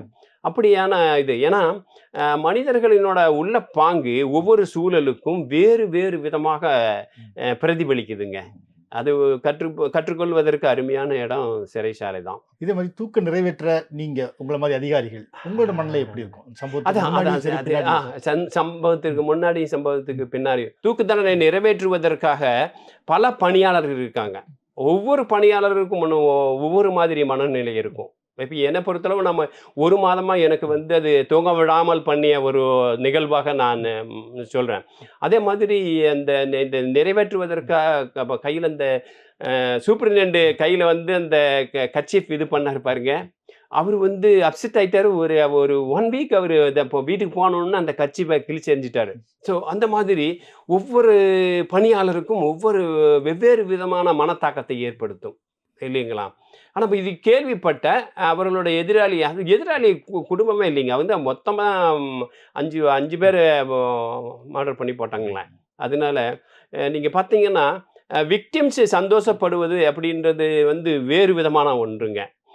என்னன்னா, இப்போ பெரிய ஒரு இது சூழல் நடக்குதுன்னு வையுங்க. அந்த அதற்கு இப்ப நிகழ்காலத்துல நம்ம பார்க்குறோம். இப்போ 26 பேர்த்த வந்து ஜம்மு காஷ்மீர்ல கொன்னுட்டாங்க. நம்ம மறுபடியும் வந்து அவங்கள தண்டனை எவ்வளவு தண்டனை அவங்களுக்கு குடுத்தாலும், இது காம்பன்சேட் பண்ண முடியுங்களா? முடியவே முடியாது. இல்லைங்களா? அப்ப நம்ம என்ன பண்ணணும்? ப்ரோஆக்டிவ், பிரிவென்டிவ் அந்த இதுக்கு போயே ஆகணுங்க. அப்ப தடுப்பு நடவடிக்கைகள், அப்புறம் அ அந்த மாதிரியாக போகக்கூடிய மடைமாற்றம் செய்யக்கூடியவை. ஏன்னா, இந்த டெரரிஸ்ட் எல்லாம் எங்கிருந்து வர்றாங்க? நம்ம சமுதாயத்தில் இருக்கக்கூடியவங்க தான் இப்படி மாறுறாங்க. ஏன் இந்த மாதிரி மாறுறாங்க? ஸோ அதற்குண்டான மடைமாற்றம் பண்ணக்கூடிய ஒரு வாய்ப்பை நம்ம உருவாக்கணும். காஷ்மீர் தீவிரவாதிகள் பத்தி பேச வரும்போது, நீங்க சிறைத்துறையில இருக்கும்போது வந்து காஷ்மீர் தீவிரவாதிகள் அங்க கோயம்புத்தூர் சிறையில இருந்தாங்க. உயர் பாதுகாப்பு அப்படிங்கும்போது, நீங்க பார்த்தீங்கன்னா, முன்னால வந்து காஷ்மீர் ஃபரூக் அப்துல்லா வந்துட்டு ஹவுஸ் அரெஸ்ட் எங்க வச்சுட்டு கொடைக்கானல்ல வச்சிருந்தாங்க. ஏன்னா, அவரு ஒரு பொலிட்டிக்கல் லீடரா இருக்கிறதுனால அப்படி வச்சிருந்தாங்க. இவங்க தீவிரவாத செயல்களில் ஈடுபட்டு நிறைய உயிர் பலிகள் எடுத்ததுனால, இவங்கள வந்து சட்டத்தின் முன்னால நிறுத்தி அவங்கள வந்து டிட்டெனியூவா கொண்டு வந்து வைக்கிறாங்க.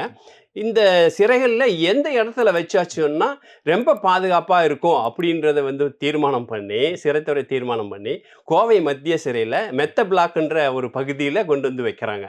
அது வந்து இப்ப 2 மாடி கட்டடம். ஒவ்வொரு பிளாக் தனித்தனியா இது இருக்கும். Single cell block. இதுல வந்துங்க 2 குரூப் தீவிரவாதிகள்ல 2 குரூப். அவரு ஒரு 48 பேரு அங்க கொண்டு வந்து வச்சிருந்தாங்க. இந்த 48 பேர தனித்தனியாக பிரிச்சு ஒவ்வொரு குரூப் தனித்தனியா பிரிச்சு வைக்கிறோம். அப்புறம் இவங்களுக்குள்ள பேசக்கூடாது அப்படின்றதுக்காக நெறைய தடைகள் நம்ம பண்றோம். இந்த தடைகள் எல்லாம் நம்ம பண்ணும்போது, அவங்க எப்படியெல்லாம் அவங்கள அதாவது ஒருத்தருக்கு ஒருத்தர் சந்திச்சு ஏதாவது திட்டம் தீட்டணும் அப்படின்ற ஒரு முயற்சிய வந்து செஞ்சுட்டே இருக்காங்க. அதுல ஒண்ணு என்னன்னா, நியூஸ் பேப்பர் எல்லாத்துக்கும் ஆங்கில நாளிதழ் வந்து படிக்கிறதுக்கு குடுப்போம். அந்த ஆங்கில நாளிதழ் வந்து 2, 3 நாளிதழ் வந்து ஒரு 4, 5 பிளாக்ல அத வச்சிருக்கிறோம். அப்போ ஒவ்வொரு பிளாக்குக்கு படித்த பின்னால அடுத்த பிளாக்குக்கு குடுப்போம். இது தொடர்ந்து இதே மாதிரி நடந்துட்டு இருக்குது. அங்க இருக்கக்கூடிய நம்ம பணியாளர் வந்து இந்த பேப்பர வாங்கி கொண்டு போய் குடுத்துட்டே இருக்காரு. ஒரு அசிஸ்டன்ட் ஜெயிலர் பார்க்குறாரு. இந்த பேப்பர் முடிஞ்ச பிற்பாடு திருப்பி ஈவினிங் டயத்துல அத திருப்பி வாங்குவாங்க. அடுத்த நாள் காலையில அந்த பேப்பர் குடுப்பாங்க. ஈவினிங் டைம் முடிச்சது வாங்குவாங்க. அவங்ககிட்ட அங்கேயே குடுத்துற மாட்டாங்க. வாங்கி பார்க்குறாரு ஒரு அசிஸ்டன்ட் ஜெயிலரு. அங்க வந்து ரவுண்ட் பண்ணியிருக்குது. ஒவ்வொரு சில பக்கங்களில் எழுத்துக்கள ரவுண்ட் பண்ணியிருக்குது. அப்ப பார்த்தாச்சு. என்ன பண்ணாங்க, இந்த எழுத்துக்கள் ரவுண்ட் பண்ணியிருக்குது என்னன்னு. அப்ப அத கொண்டு போயிட்டு மேலதிகாரிகிட்ட குடுத்தா, சரி இவங்க என்னமோ திட்டம் தீட்டுறாங்க. அந்த ரவுண்ட் பண்றாங்க பாருங்க.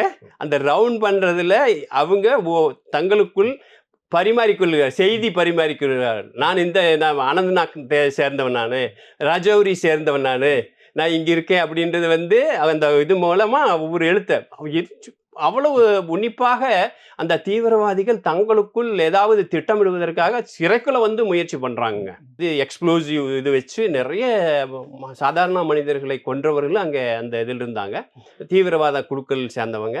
அதே மாதிரி நிறைய என்கவுண்டர்ல கால் பெருவிரல் இழந்தவர் ஒருத்தர் அங்க உள்ள வந்திருந்தாரு. அவரு தான் லீடர் இருந்தது பின்னால தான் தெரிஞ்சது. கோவை மத்திய சிறை கொண்டு வந்து வைக்கப்பட்ட சிறைவாசியில் ஒருவர் இந்த தீவிரவாதிகளோடு சேர்ந்து ஒரு சிறை பணியாளரும் அங்கே டெட்டனியூவா கொண்டு வந்து வச்சுட்டாங்க. ஏன்னா நமக்கு வந்து என்னப்பா டெட்டனியூவா ஒரு தீவிரவாதி தானே வைப்பாங்க. ஜம்மு காஷ்மீர்ல இருக்க சிறை பணியாளர் ஒரு வார்டன் அவரு கொண்டு வந்து சிறைக்குள்ள வச்சிருக்காங்க. விசாரிக்கும் போது ஒரு குறிப்பிட்ட நேரத்தில் அந்த லைட்டுகள் எல்லாம் இவர் ஆஃப் பண்ணியிருக்காரு. இவங்க தப்ப முயற்சிக்கிறாங்க. ஸோ அங்க பார்க்கும்போது இவர் அதற்குள்ள உள்ளாளாக இருந்திருக்காரு அப்படின்றதுக்காக அவரும் அந்த இதுல சேர்த்து அவரையும் வந்து கோவை மத்திய சிறை கொண்டு வந்து வச்சுருந்தாங்க. சார் அவங்க எவ்வளோ காலங்கள் இருந்தாங்க சார்? அங்கே வந்து ஏறக்குறைய ஒரு 1 1/2 2 வருடம் வாக்குல அங்கே இருந்தாங்க. இதில் இருக்கும்போது எப்பவுமே எதனா பிரச்சனை பண்ணிகிட்டே தான் இருப்பாங்க. எதனா பிரச்சனை பண்ணிகிட்டே தான் இருப்பாங்க. உள்ளுக்குள்ள அவங்களுக்குள்ள இது பண்ணுற மாதிரி நம்ம பணியாளர்கள்கிட்ட எப்பவுமே ஏதாவது ஒரு தகராறு பண்ணிகிட்டே இருப்பாங்க. அது 2 மணி ஏதாவது ஆமா, இன்சிடென்ட்ஸ் ஆமா. சொல்ல முடியுமா? ஒரு இன்சிடென்ட்ல வந்து அதாவது ஒவ்வொரு பிளாக்குக்கு முன்னால ஒரு கேட் இருக்குமுங்க. ஒரு செல்லுக்குள்ள ஒரு கேட் இருக்கும். அப்புறம் இந்த செல்லுக்கு இது பிளாக் வெளிய வர்றதுக்கு ஒரு கேட் இருக்கும். அப்போ வந்து முன்ன இருந்த இதுலலாம் நாங்க என்ன பண்ணோம், ஒரு பிளாக் விட்டு இன்னொரு பிளாக் பார்க்காத அளவுக்கு முன்னால வந்து மறைப்பு தகடுகள வச்சு மறைச்சு வச்சிருந்தோம். இப்ப என்ன பண்ணிட்டாங்க, இந்த உள்ள இருந்த காவலர்கள அடிச்சு போட்டு ஏன்னா வெளிய வந்து நம்ம குறிப்பிட்ட நேரம் அவங்களுக்கு காலை கடன் இதுக்கும் குளிப்பதற்கும், அவங்களுடைய இயற்கை உபாதைகளை கழிப்பதற்கும் வெளிய அனுப்புவோம். அப்படி வெளிய வரும்போது 2 பேரா அப்படித்தான் இது பண்ணணும். ஒருவர் என்ன பண்ணிட்டாரு, சீக்கிரம் வேலைய முடிக்கலான்னு 4 பேர வெளிய எடுத்து விட்டாரு. அதாவது நம்ம சிறை பணியாளர் அப்படி சமயோசிதமாக சிந்திக்காம இப்படி செஞ்சது. சீக்கிரம் வேலைய முடிச்சிடலாம் அப்படின்றதுக்காக 4 பேர திறந்து விட்டாரு. 4 பேர் சேர்ந்து இவர அடிச்சு போட்டாங்க. அடிச்சு போட்டு முன்னால கேட்ட வந்து திறந்துட்டாங்க. முன்னால ஒரு கேட் திறந்த உடனே எல்லாத்தையும் வெளிய வந்தாச்சுன்னா, பாக்கி இருக்கிற கேட் எல்லாமே இது பண்ணிட்டாங்க.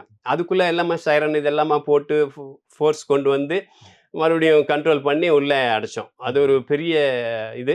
அதில கூடங்க இன்னும் கூட மனம் நெகிழக்கூடிய சம்பவங்கள் நெறைய இருக்கு. என்னன்னா, பணியாளர் இருக்காரு பாருங்க. அந்த பணியாளர பார்க்கறக்கு அவங்க ஃபேமிலி மெம்பர் வந்திருக்காங்க.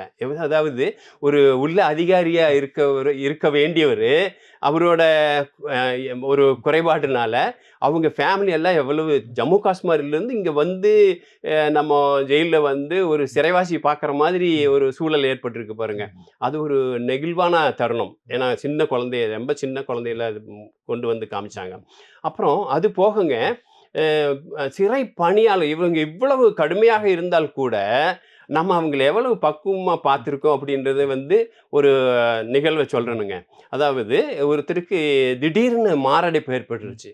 டாக்டர் சிறை மருத்துவர் வந்து பார்க்குறாரு. பார்த்துட்டு சொல்றாரு, "இது இமிடியேட்டா நம்ம ஜிஹெச் கொண்டு போகணும்." அப்ப பார்த்தா ஆம்புலன்ஸ் வந்து வேற ஒரு சிறைவாசிய எடுத்துட்டு ஜிஹெச் போயிருச்சு. அப்ப என்ன பண்ணாங்க, அப்ப இருந்த சூப்பரிண்டென்ட் உடனே அவங்களோட ஸ்டாஃப் கார உள்ள பிளாக் உள்ளேயே கொண்டு வந்து, அவர எடுத்துட்டு போயி அட்மிட் பண்ணி, கோயம்புத்தூர் ஜிஹெச்ல அட்மிட் பண்ணி, அவர காப்பாத்திட்டாங்க. அது மாதிரி அ அ கடுமையான சிறைவாசிகளுக்கும் நாம வந்து ஒரு மனிதாபிமான அடிப்படையில பார்க்கக்கூடிய தன்மைகளும் இருக்குது. இப்ப அவங்க காஷ்மீர் தீவிரவாதிகள் வந்து சிறைக்குள்ள வந்து தனி செல்லுல எதுவும் இருப்பாங்களா? இல்ல எல்லாரோட இருக்கிற இடங்கள்ல ஆமாங்க. இருப்பாங்களா? அவங்களெல்லாம் வந்து எல்லாம் தனித்தனி செல்லு. அதாவது ஒரு ஒரு பிளாக் அதாவது ஒரு 2 குரூப், 3 குரூப் இருக்குன்னு வைங்க. அது வந்து நம்ம தனித்தனியா ஹேண்டில் பண்றது ஈஸியா இருக்கும்ன்ட்டு ஒவ்வொருத்தரும் ஒரு பிளாக்ல வச்சிருப்பாங்க. அப்படி மொத்தம் 48 சிறைவாசி வச்சிருந்தோம். இந்த நாம 48 சிறைவாசிகள்ல ஒரு 2, 3 பேரு அவங்க வெளியவே லீடருங்க. அதுல வந்து ஒருத்தரு ஆசிரியராக இருந்தவர். அவரு தான் இந்த நியூஸ் பேப்பர்ல அப்படியே லெட்டர்ஸ் ரவுண்ட் பண்ணி, அதாவது யார் யார் எங்கெங்க இருக்கிறாங்கன்னு தெரிறதுக்காக பேப்பர் மூலமாக செய்தி அனுப்புறதுக்காக முயற்சி செஞ்சது அவருதான். எப்படி இருக்கு சார் அவங்களோட மனநிலை? அவங்ககிட்ட ஏதாவது நீங்க பேசுறதுக்கு வாய்ப்புகள் கிடைச்சதா? நிச்சயமா நாம அத உள்ள போகும்போது ஏன்னா அவங்களோட டெம்பரமெண்ட் என்னன்னு நம்ம அப்பப்போ பார்த்துட்டே இருக்கணும். இன்னுமே அந்த கொஞ்சம் கடுமையான இதா தான் இருப்பாங்க. அவங்க வந்து நம்ம ஏன்னா தீவிரவாதிகள் கிட்ட நம்ம வந்து ஏன்னா அவங்க பயிற்சி அந்த மாதிரியான பயிற்சி. இந்த சட்ட திட்டங்கள், கட்டுப்பாடுகள் இதெல்லாமே வந்து அவர்களுக்கு எதிரானதா தான் நினைப்பாங்க. மத சம்பந்தமான தேவைகளை நாம சரியாக பூர்த்தி செய்தோம். அது ஒரு இதுங்க. எப்பவுமே வந்து சிறைக்குள்ள வந்து சிறைவாசிகளுக்கு தேவையானதையும், மத ரீதியாக அவர்களுக்கு என்ன இது வேணுமோ அது எல்லாமே எப்பவுமே செஞ்சு குடுப்போம். சிறையில அதற்கு தனியான விதிகள் எல்லாம் இருக்குதுங்க. அதெல்லாமே நம்ம செஞ்சு குடுத்தோம். அவங்க அந்த ஃபாஸ்டிங் இருக்கிற டயத்துல ஏன்னா ஜம்மு காஷ்மீர் உங்களுக்கு தெரியும். அவங்க அ குறிப்பிட்ட காலங்கள்ல ஃபாஸ்டிங் இருப்பாங்க. அந்த ஃபாஸ்டிங் டயத்துல அவங்களுக்கான இரவு வேளையில உணவு தயாரிச்சு குடுக்கறதுக்கு உண்டான ஏற்பாடு செஞ்சு குடுத்தோம். அதற்கு தகுந்த மாதிரியான ஏற்பாடெல்லாம் செஞ்சு குடுத்தோம். வெளியிருந்து பார்க்குற பொதுமக்கள் நினைக்கலாம், அ ஏன் அவங்களுக்கு அப்படி இது குடுக்கணும்னா, ஏன்னா அவங்கள சேர்ந்தவர்கள் வெளிய இன்னும் எவ்வளவு திட்டம் தீட்டுறாங்க. என்ன இது இருக்கு, பின்னால என்ன இருக்கு அப்படின்றது தெரிஞ்சுக்கிறதுக்கு, நம்ம அவங்கள வந்து உள்ள அவங்க கிட்ட இருந்து தேவையான செய்திகளை சேகரிப்பதற்கான சூழலை ஏற்படுத்தணும். இவங்க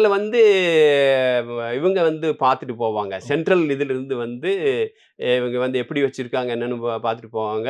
அப்புறம் வெளியவே தரவுகள் சேகரிப்பாங்க. சிறைக்கு வெளியே பல ஏஜென்சி இருக்குங்க. சென்ட்ரல் ஏஜென்சிஸ் பல ஏஜென்சிஸ் இருக்கும்.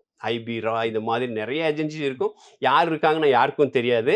உள்ள என்ன நடக்குது அப்படின்றது அப்படியே கரெக்டா வந்து ரிப்போர்ட்டிங் நடந்துட்டே இருக்கும். Daily reporting. நிமிஷம் திடீர்னு ஒரு இன்சிடென்ட் வைங்க, அந்த இன்சிடென்ட் உடனே ரிப்போர்ட்டிங் ஆகும். நம்ம நினைக்கலாம், அதாவது இவ்வளவு கொடுமையானவர்களுக்கு இவ்வளவு உள்ள வந்து பாதுகாப்பு கொடுக்கணுமா, இவ்வளவு வசதி செஞ்சு கொடுக்கணுமா, இல்லை நம்ம என்னன்னா அதிலிருந்து மேற்கொண்டு ஏதாவது தகவல்கள் நமக்கு கிடைக்குமா அப்படின்றது தான். ஒன்று வந்து 2 இது இருக்குங்க. ஒன்று வந்து அவங்களோட செயல்பாடுகள் தடுக்கிறது, உள்ள கொண்டு வந்து வைக்கும்போது செயல்பாடு தடுக்கிறோம், ப்ரிவென்ஷன். அவனால் எதுவும் வெளியே விட்டு அவன் செஞ்சுடுவான். ஸோ அதை உள்ள வச்சாச்சுன்னா ப்ரிவென்ஷன் இல்லைங்களா? சிறையினோட நோக்கமே அதுதான். ஒன்று ப்ரிவென்ஷன், அப்புறம் ரிஃபார்மேஷன். இது ரெண்டுமே கூட உள்ள வைக்கும்போது அது தடுக்கப்படுகிறது, அந்த குற்ற செயல் தடுக்கப்படுகிறது. அப்புறம் அவனுக்கு சரியாக அவனை ட்ரீட் பண்ணி சரியாக நடத்தி அவனை திருப்பி இது கொண்டு போகிறது வந்து ரிஃபார்மேஷன். தீவிரவாதிகளை பொறுத்தளவு நீங்கள் மூளை செலவை அவங்க ஏற்கனவே அவங்க நல்ல மூளை செலவை செய்யப்பட்டவர்கள்.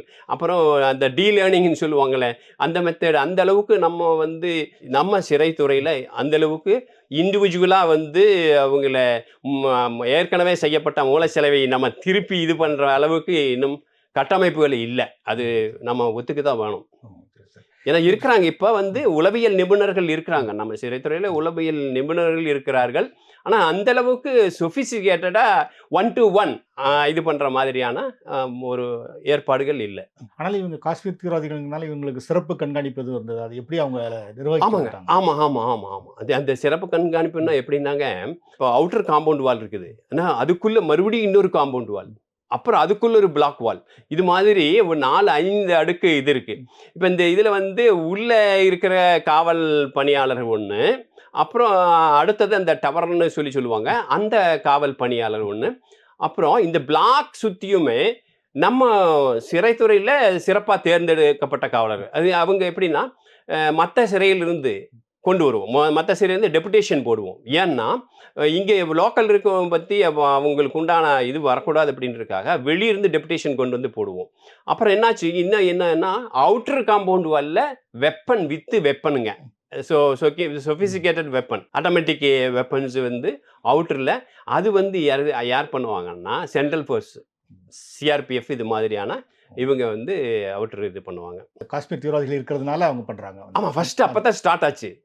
சிஆர்பிஎஃப் வந்து கோயம்புத்தூர் மத்திய சிறைக்கு ஃபர்ஸ்ட் கொண்டு வந்தது இந்த காஷ்மீர் தீவிரவாதிகள் இருக்கும்போதும், அப்புறம் வந்து கோவை குண்டுவெடிப்பு வழக்கு இவங்க இருந்தாங்க பாருங்க, அப்போவுமே தொடர்ந்து, இப்பவும் அது தொடர்ந்து இருக்குது. சிஆர்பிஎஃப் வந்து இன்னுமே அது தொடர்ந்து இருக்குது. அது 90களில் ஆரம்பித்த இது அப்படியே இன்னுமே தொடர்ந்து வந்து சிஆர்பிஎஃப் ஒரு ஃபோர்ஸ் வந்து அவுட்டர் பெரிஃபரல் இது ஃபோர்ஸ் இன்னுமே இருக்குங்க, பாதுகாப்பு இருக்குங்க. சார் அவங்க சிறைக்கு நாட்கள் முடிஞ்சு எப்படி சார் அவங்க விடுதலையாகி போனாங்களா, இல்லை வேற சிறைக்கு மாற்றி? இல்லை, அவங்க வந்து டிரான்ஸ்ஃபர், விடுதலை பண்ணலை, அவங்கள டிரான்ஸ்ஃபர் தான் பண்ணணும். ஏன்னா அது ஜம்மு காஷ்மீருக்கு எகெயின் வந்து மறுபடியும் டிரான்ஸ்ஃபர் தான் பண்ணணும்.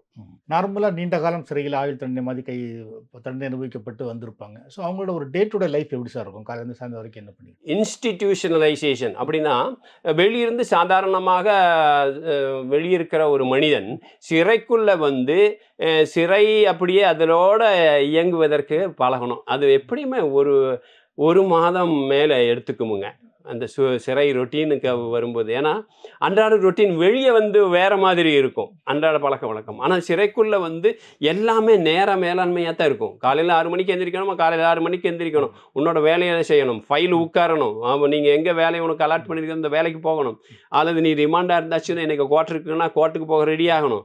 இது இத்தனை இதுவுமே வந்து அவரோட கையில் எதுவுமே இல்லைங்க. எல்லாமே வகுக்கப்பட்ட அந்த சட்டத்திட்டத்திற்குள்ளே நடக்கணும். அதுதான் பெரிய ஒரு தாக்கமாக. அதுக்கு பழகிறதுக்கு எப்படி சிலதுக்கு ஒரு மாதம் ஆகும், சிலது 2-3 மாதம் கூட ஆகலாம்.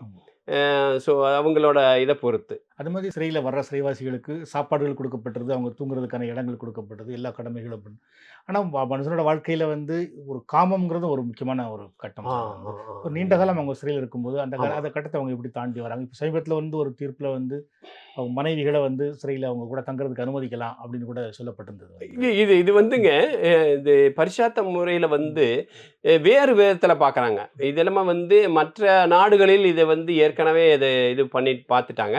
அதே மாதிரி நம்ம இந்தியாவுல சாங்னீர் அப்படின்ற ஒரு இடத்துல ராஜஸ்தான்ல அவங்களோட அதாவது ரிலீஸுக்கு முன்னால ஒரு குறுகிய காலம். இப்போ ஒரு 5, 6 வருஷம் சிறைக்குள்ள இருந்திருக்காங்க வைங்க. கடைசியா வெறும் 2 வருஷம் இருக்குன்னா, இந்த 2 வருஷம் வந்து அந்த ஓப்பன் ஏர் கேம்புக்கு போகலாம். அந்த ஓப்பன் ஏர் கேம்புன்றது வந்து ஒரு காலனி மாதிரி இருக்கும். அங்கே அவங்க ஃபேமிலியோட அங்கே வசிக்கலாம். அங்கே இருக்கிற விவசாய வேலைகளை பார்க்கலாம். அப்புறம் பக்கத்துல எங்க விவசாய வேலை இருந்தா அங்கேயும் போயிட்டு வரலாம்.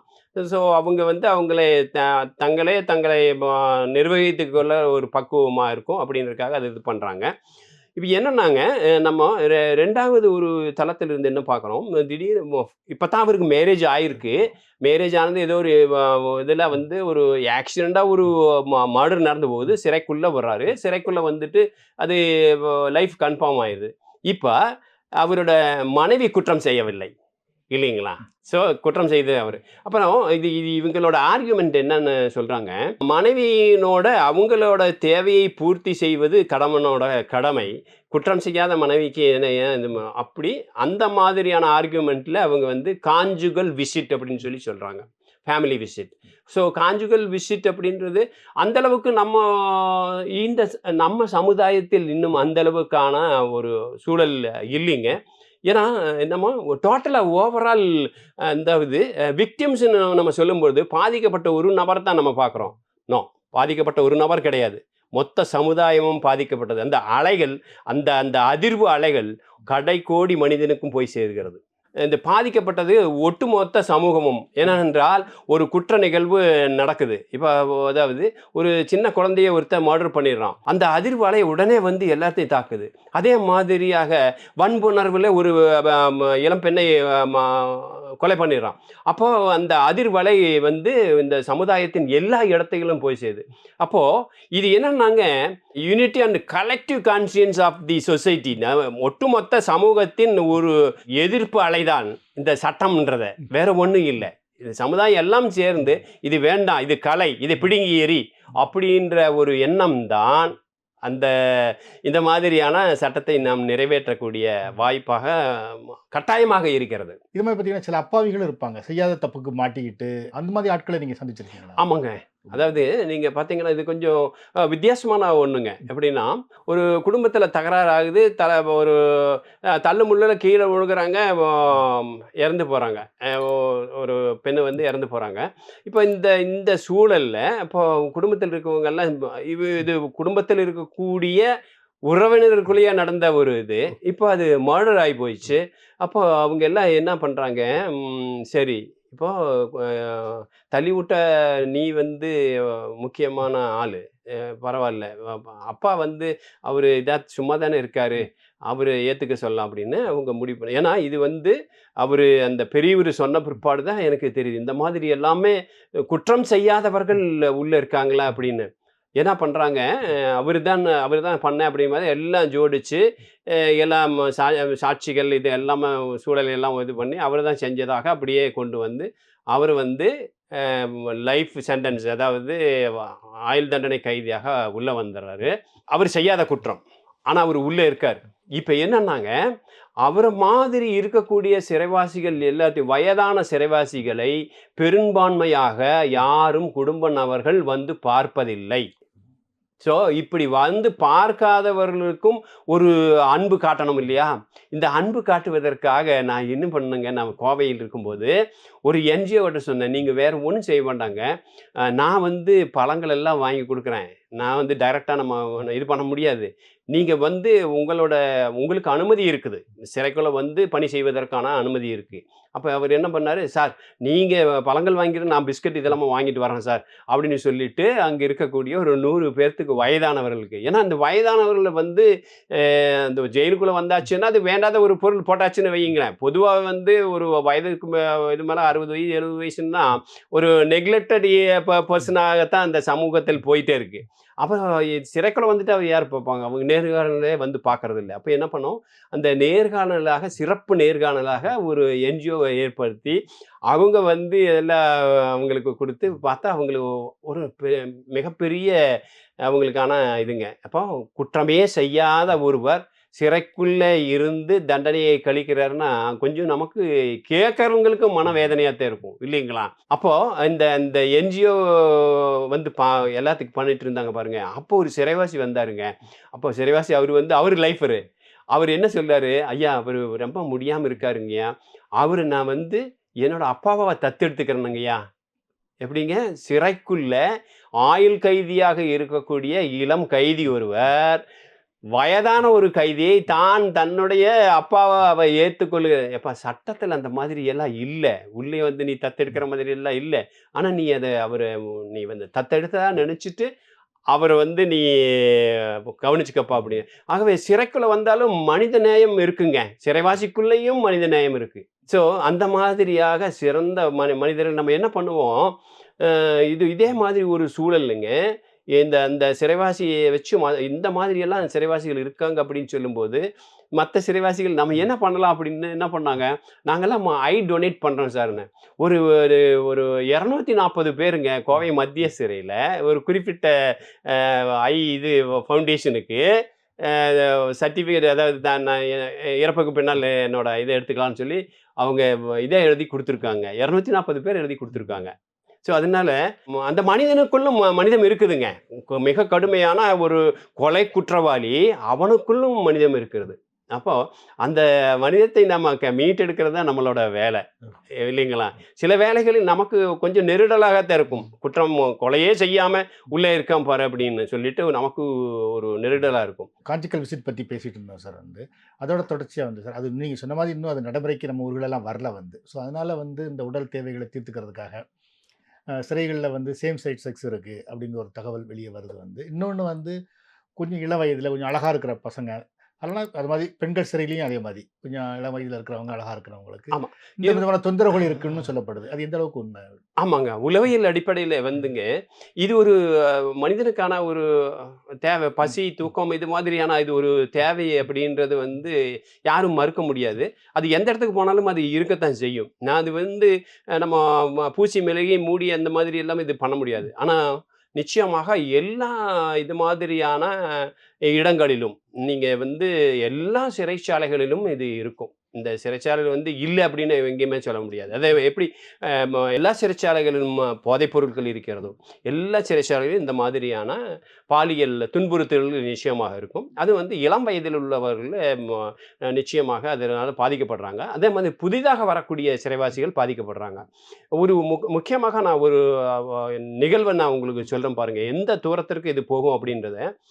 கடலூர் மத்திய சிறையில நாவிதர் பார்பர் வந்து இந்த மாதிரியான பழக்கமுள்ளவர். ஹோமோசெக்சுவல் பழக்கமுள்ளவர். இவர் ஒரு புதிதாக வந்த ஒரு சின்ன இளம் வயது சிறைவாசியை வந்து அடிக்குறுக்க தொல்லை பண்ணிட்டே இருந்திருக்காரு. சவரக்கத்தி எப்பவும் அவங்க இதுலயே வச்சிருப்பாங்க, பாதுகாப்பா வச்சிருப்பாங்க. ஒரு நாள் இரவு இதே மாதிரி அவர் தொந்தரவு பண்ணியிருக்காரு. அவரை தூங்க விட்டு அவர் என்ன பண்ணிட்டார், அந்த பையன் அந்த சவரக்கத்தி எடுத்து ஒரே வெட்டு அப்படியே கழுத்தை வெட்டி, கழுத்து வேற உடம்பு வேற துண்டா போயிடுச்சு அப்படியே. அப்படியே போயிருச்சு. அது உள்ள இருந்த நிகழ்வுல உள்ள இருந்தவங்க பார்த்தவங்க அந்த சொல்றாங்க. அப்படி சடனா அதாவது அவன் எந்திரிக்க வெட்டிட்டான். அப்படியே அந்த முண்டை மட்டும் அப்படியே எந்திரிச்சு சுத்தி ஓடுதுங்க சார். அது பார்த்தீங்கன்னா சுவரு பூரா ரத்தமா இருக்கும். அப்புறம் கொஞ்சம் நேரம் கழிச்சு தான் கீழ விழுந்தது. அப்போ இவ்வளவு தொலைக்கு போகக்கூடிய நெருக்கடியான ஒரு சூழல உள்ள நம்ம வருவதற்கான வாய்ப்பு குடுக்காம, கொஞ்சம் மடைமாற்றம் இத செஞ்சா நல்லா இருக்கும் அப்படின்றது ஒரு ஆமா நடைமுறை சிக்கல் இருக்குதுங்க.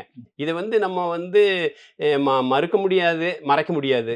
ஸோ இது வந்து ஒரு மடைமாற்றம் செய்வதற்கான இது ஏதாவது இருக்கா? விஞ்ஞானபூர்வமாக எதாவது இருக்கா?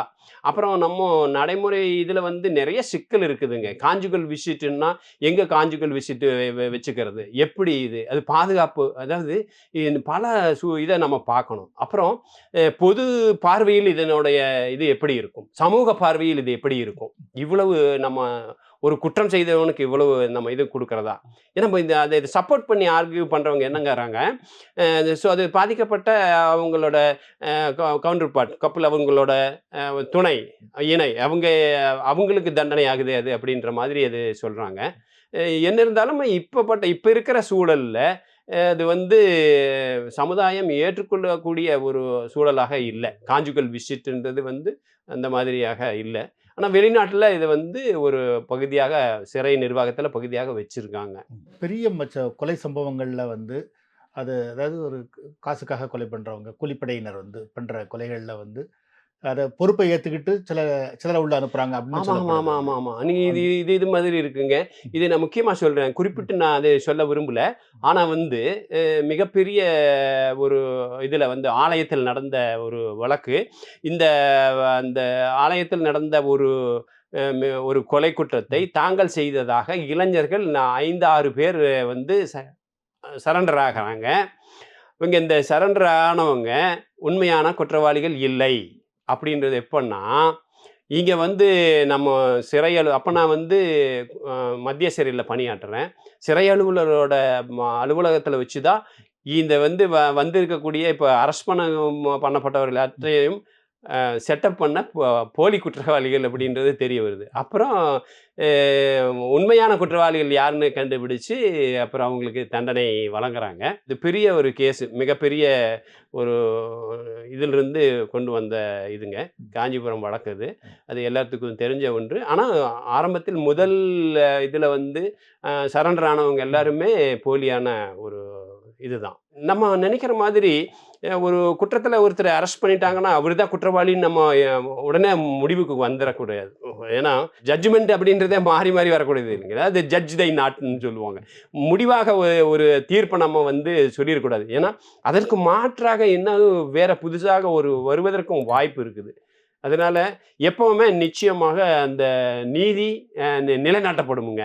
நீங்க ஏதாவது ஒரு வகையில நிச்சயமா உண்மையான குற்றவாளி அதுல வந்து எப்படியுமே தண்டனைய அனுபவிப்பான். சிறைவாசிகள பொறுத்தவரைக்கும் பார்த்தீங்கன்னா, அவங்க சமூகத்தில இருந்து ஒதுக்கி வச்சிருக்காங்க. அவங்களுக்கு வெளியூர் தொடர்புகள் எல்லாமே கட் பண்ணி தான் வச்சிருக்காங்க. ஆனாலும் வந்து சிறைக்குள்ள இருந்து வெளிய சில சம்பவங்கள செய்றாங்க அப்படின்னு சொல்லப்படுது. உதாரணமா இப்ப சமீபத்தில பார்த்தீங்கன்னா, ஆம்ஸ்ட்ராங் கொலை வழக்குல வந்து சிறைக்குள்ள தான் சிட்டம் தீட்டப்பட்டது அப்படின்னு ஒரு தகவல் வந்தது வந்து. ஆமா. ஸோ இதெல்லாம் எப்படி நடக்குது? இது முக்கியமான ஒண்ணுங்க.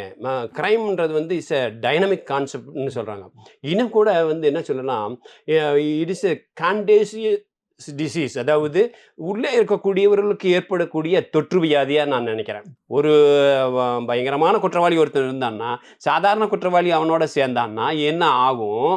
அவனும் பயங்கரமான குற்றவாளி ஆவான். ஸோ இந்த இந்த இந்த குற்றவாளி சாதாரண குற்றம் செஞ்சவன் வெளிய வருவான் பாருங்க, இவனோட தொடர்பிலேயே இருப்பான். யாரு? அது அந்த இந்த கேங்ஸ்டர் இருக்கான் பாருங்க. சாதாரண சின்ன பெட்டி அஃபென்ஸ்ல வந்தவன், இந்த கேங்ஸ்டரோட தொடர்புலயே இருப்பான். ஸோ உள்ள இருந்து இவரு நேர்காணல் பார்ப்பாரு, அசைன்மென்ட் குடுப்பாரு, அவன் முடிச்சு கட்டிருவான். இது வந்து நிகழ்வு வந்து நடக்கக்கூடியது தான். இப்ப இல்லைங்க. இது வந்து நான் கடலூர்ல நான் பணியாற்றும் பொழுது, இதே மாதிரியான ஒரு நிகழ்வு வந்துச்சு. வெளிய வந்து அந்த மீனவ சமுதாயத்தில உண்டான பிரச்சனை. அந்த தீர்த்து வைப்பதற்கு சிறைக்குள்ள இருக்கக்கூடியவர் ஒருத்தர் மத்தியஸ்தம் பண்ற மாதிரியான ஒரு செய்தி வந்தது. அப்ப நான் போய் சொன்னேன், "இந்த மாதிரியான நடவடிக்கை எடுத்தீங்கன்னா, நான் நிச்சயமாக உங்கள வந்து இந்த சிறையில வச்சிருக்க மாட்டேன். நாளைக்கே நீங்க வந்து வேற எங்கேனா பாளையங்கோட்டை சிறைக்கு போயிடுவீங்க. அது யோசிச்சு செஞ்சுக்கங்க" அப்படின்னு சொல்லிட்டு தாதா அவரு. நான் வந்து இங்க நம்ம சென்னையை சேர்ந்த தாதா, அது பட்டினப்பாக்கம் இது சேர்ந்தவரு. அவருகிட்ட சொன்னேன், "ஐயா சரிங்கய்யா, இனிமேக்க நான் அந்த மாதிரி போக மாட்டேன்" அப்படின்னு சொல்லிட்டு இது பண்ணாரு. அந்த மாதிரி அ வ உள்ள இருந்துட்டே வெளிய இன்ஃப்ளூயன்ஸ் பண்றது நெறைய இருக்குங்க. இருக்கு. அது நம்ம வந்து it is not a water tight கம்பார்ட்மெண்ட்டுங்க. நம்ம நினைக்கிறது இது சிறைக்குள்ள அப்படி போட்டுட்டா, அப்படியே அது நின்னு போகணும் இல்ல. நீங்க இப்போ ஒரு 1000 பேர் பேசிட்டு இருக்காங்க. 1000 பேர் என்ன பேசிட்டு இருக்கான் அப்படியே 1000 பேர்த்ததையும் நம்ம ரெக்கார்ட் பண்ண முடியாது. இல்லைங்களா? அதனால நெறைய வாய்ப்புகளுங்க. இப்போ அட்வொகேட் வர்றாருங்க. அட்வொகேட் மூலமாக ஒரு செய்தி, "சார் நீங்க போயிட்டு இத சொல்லுன்னா" அவங்களுக்கு உண்டான குழு குறிகள். அதாவது பூடகமாக ஏதோ சொல்லுவாங்க. அதை வந்து வெளியே போய் சொன்னாச்சுன்னா அது முடிஞ்சு போகும். நம்ம அது எல்லாமே நம்ம தடுக்க முடியாது, தவிர்க்க முடியாது. அட்வொகேட்டுக்கும் இவருக்கு நடக்கக்கூடிய இதை சம்பாஷணைகளை நம்ம வந்து இன்டரப்ட் பண்ண முடியாது. ஸோ நீங்கள் சொல்லுறது வீரமணின்னு நான் புரிஞ்சுக்கிறேன். நீங்க அப்படி எடுத்துட்டா சரி. சரி. அதான் சார். இப்போ சாதாரண ஒரு தண்டனை பெற்று உள்ள வர்ற ஆயுள் தண்டனை கைதி இருக்கிறவங்களும் சரி, இந்த மாதிரி தாதாக்கள் உள்ள வருவாங்க. ஸோ இவங்க எப்படி இருப்பாங்க ஜெயிலில்? இது வெளியே இருக்கிற அதே மாதிரி தான் உள்ளே இருப்பாங்களான்னு நிச்சயமா இல்லைங்க. உள்ளே வந்தாச்சுன்னா ஒரு குழந்தை மாதிரி தான். ஏன்னா இவங்க வந்து ஜெயில் பேடத்தை திருப்பி திருப்பி வரவங்களா நிர்வாகத்தை அனுசரித்து போகக்கூடிய பக்குவம் அவங்களுக்கு வந்துடும். ஏன்னா உள்ளே வந்து எப்பேற்பட்ட எவ்வளோ பெரிய இதாக இருந்தாலும் நீங்கள் பெரிய ஆணையை குளத்துக்குள்ள வந்து முதல்ல கொட்ட அடங்கி போகுது இல்லையா, அதே மாதிரி தான் உள்ளே வந்துட்டா. இது உள்ளே வந்தாச்சுன்னா அது எப்படியும் கட்டுப்பட்டு ஆகணும், வேற வழி கிடையாது. அதனால வந்து அதை புரிஞ்சிட்டவங்க இணக்கமாக வந்து பிரச்சனை இல்லாமல் அப்படி போவாங்க. பெரிய பணக்காரங்களுக்கு வேறு விதமான வசதியும், அந்த பணம் இல்லாதவங்களுக்கு வேறு விதமான வசதியும் கொடுக்கப்படுது அப்படின்னு சொன்னாங்க. ஏ கிளாஸ் இது வந்து சமூக பார்வை ஒன்று, அப்புறம் சட்டத்தின் பார்வை ஒன்று இருக்கு. இது சமூக பார்வை என்னன்னா வசதியான இருக்கவங்க உள்ள வந்து எல்லாவையும் அனுபவிக்கிறான் அப்படின்றது வந்து வெளியிருக்கிற பொதுவான பார்வை. ஆனால் உள்ளே இருக்கிறது சட்டம் என்ன சொல்லுது அப்படின்னு பார்த்தீங்கன்னா, நம்ம வந்து ஏ கிளாஸ் பி கிளாஸ்ன்னு வச்சுருக்கோம் இல்லைங்களா. இந்த ஏ கிளாஸ் யாருக்கு கொடுக்குறாங்கன்னா, அந்த விதிகளின்படி இன்கம் டேக்ஸ் அசஸியாக இருக்கணும், அல்லது ஹையர் மோட் ஆஃப் லிவிங் இது ஸ்டேட்டஸ் இருக்கணும் அப்படின்னு சொல்கிறாங்க. அப்படி இருக்கும்போது அவங்க இன்கம் டேக்ஸ் இது பண்ணும்போது அவங்கள ஏ கிளாஸுக்கு கொண்டு வரோம். ஏ கிளாஸுக்கு கொண்டு வந்தாச்சுன்னா என்னென்ன ஃபெசிலிட்டிஸ் இருக்குன்னா பார்த்தீங்கன்னா, அவங்களே தே கேன் ஃபர்னிஷ் தெயர் செல்லுன்னு இருக்குது. அப்படின்னா என்ன அர்த்தங்க, அவங்க வந்து அவங்களோட சொந்த செலவில் அந்த இடத்துக்கு உள்ள நாக்காளி பெஞ்சு பெட்டுக்கிட்ட எல்லாமே கொண்டு வந்து போட்டுக்கலான் இருக்குது. விதிகளில் சொல்லுகிறது ஆச்சுங்களா. அப்புறம் சிறையிலிருந்துமே அவங்களுக்கான இது கொடுக்கணும்னு சொல்லி இருக்கு. அவங்களுக்கான காட்டு, மேட்ரஸு, எல்லா பில்லோ இது எல்லாமே கொடுக்கணும்னு இருக்கு. அதே மாதிரி பெட் சைடு பார்த்தீங்கன்னா சைடு ரேக் இதெல்லாமே விதிகளில் உள்ளது. நான் அதாவது 1985 நான் ஜாயின் பண்ணும்பொழுது அப்பொழுதே பார்த்துருக்கேன். ஏ கிளாஸ் சிறைவாசி பாதல்னு ஒருத்தர் சிறைவாசி இருந்தார் தெரியுங்களா, பிரகாஷ் சிங் பாதல். கோயம்புத்தூர் ஜெயிலில் தான் வச்சுருந்தோம். அவர் ஜெயிலு அதை பார்த்தீங்கன்னா அது ஒரு பூந்தோட்டமாக இருக்கும். அவர் என்ன ஃப்ளைட்லேருந்து அவருக்கான பூஞ்செடி விதைகள் எல்லாம் ஃப்ளைட்டு மூலமாக வரும். எங்கே ஜம்மு காஷ்மீர்லேருந்து வரும். பார்த்தீங்கன்னா அந்த பிளாக்குள்ளே போனாலே அவ்வளோ ரம்மியமாக வச்சுருப்பார். தனி இதுதான் கொடுத்துருந்தாங்க, அவ்வளோ இதாக வச்சுருப்பார். பட் மற்ற சிறைவாசி மாதிரி அவர் ரொம்ப இதெல்லாம் கிடையாது. வெரி டொசைல், நல்ல ஒரு டீசெண்டான ஒரு அரசியல் காரணத்துக்காலையோ வேறு ஏதோ ஒருக்காக அவரை வந்து அங்கே கோவை மத்திய சிறையில் வச்சுருந்தாங்க. நல்ல சிறைவாசிகளும் இருப்பாங்க. உள்ளே இப்போ நிறைய தகவல்கள்லாம் வருது. உள்ளே இருந்தே படித்து மருத்துவம் முடிக்கிறாங்க, இன்ஜினியரிங் முடிக்கிறாங்க, நல்லா படிக்கிறாங்க. 8th ஸ்டாண்டர்டு முடிச்சவர் அது ஒரு இதனால வந்து சிறைக்குள்ளே வந்து ஒரு குற்ற வழக்கில் உள்ளே வந்துடுறாரு. ஆயுள் தண்டனை சிறைவாசி ஆயிடுறாரு. நாங்கள் அப்போ பணிக்கு சேர்ந்த காலகட்டம். அப்போ வந்து அவர் வந்து மேற்கொண்டு அவரை படிக்க வைக்கிறாங்க. அங்கிருந்த ஒரு சிறை கண்காணிப்பாளர் அவ்வளவு மிகவும் கடுமையானவர், கட்டுப்பாடானவர், ரொம்பவும் ஸ்ட்ரிக்டாக இருப்பார். ஆனால் வந்து அவருக்குள்ளே எப்படி நீரோட்டமாக அந்த ஒரு அன்பு ஓடிக்கொண்டே இருக்கும். அவர் அந்த சிறைவாசிக்கு வந்து சிறப்பு அனுமதியாக வாங்கி லா காலேஜுக்கு போனாருங்க. லா காலேஜுக்கு அவர் சைக்கிள் ஒன்று வாங்கி கொடுத்தாரு. சூப்பரிண்டென்ட் சைக்கிள் ஒன்று வாங்கி கொடுத்து லா காலேஜுக்கு கோயம்புத்தூர் அப்போ வந்து ரேஸ் கோர்ஸில் லா காலேஜ் இருந்ததுங்க. அந்த லா காலேஜுக்கு இவராக எஸ்கார்டெல்லாம் எதுவுமே கிடையாது. பொதுவாக வந்து சிறைவாசிகள் வெளியே போகும்போது எஸ்கார்டோட தான் போவாங்க. படிக்க போகிறதும் கூட இப்போ எஸ்கார்டில் தான் போயிட்டு வருவாங்க. ஆனால் இவருக்கு வந்து சைக்கிளில் தானே வாங்கி கொடுத்து அவரே போயிட்டு திரும்பி அவரே வந்துடுவார். அவர் இப்போ வந்து கோயம்புத்தூரில் ப்ராக்டிஸ் பண்ணிகிட்ருக்காரு. அட்வொகேட்டாக ப்ராக்டிஸ் பண்ணிட்டு இருக்காரு. அதே மாதிரிங்க இன்னொன்றும் கூட மருத்துவக் கல்லூரி மாணவர் ஒருத்தர் வந்துட்டார். இது நான் சொல்கிறது கோயம்புத்தூர். நீங்கள் கடலூரில் வந்து வேறு மருத்துவ கல்லூரி மாணவர் ஒருத்தர் உள்ளே இருந்தார். அவர் வேற, அவர் ஜான் டேவிட் அப்படின்னு சொல்லிட்டு ஒருத்தர் இருந்தார். அவர் வேற. அவர் அங்கே இருக்கும்போதும் நான் அங்கே சிறை அலுவலராக இருந்திருக்கேன். பல செய்திகள் வெளியே வராது. இது ரெண்டுமே நான் சொல்கிறேன். நான் அதாவது கோவை மத்திய சிறையில் இருந்த சிறைவாசி பற்றியும் சொல்கிறேன், கடலூர் மத்திய சிறையில் இருந்த சிறைவாசி பற்றியும் சொல்கிறேன். இந்த கோயம்புத்தூர் மத்திய சிறையில் இருந்த சிறைவாசி வந்து படிச்சுட்டு இருக்கும்போதே ஒரு ப்ராப்ளத்தில் ஒரு மர்டர் கேஸில் வந்துடுறாரு. ஃபேமிலி இதில் மர்டர் கேஸில் உள்ளே வந்துடுறாரு. அப்புறம் எகெயின் மறுபடியும் அவர் ஸ்பெஷல் பெர்மிஷன் வாங்கி காலேஜ் போயிட்டு அவரோட டாக்டரேட் எம்பிபிஎஸ் முடித்தார்.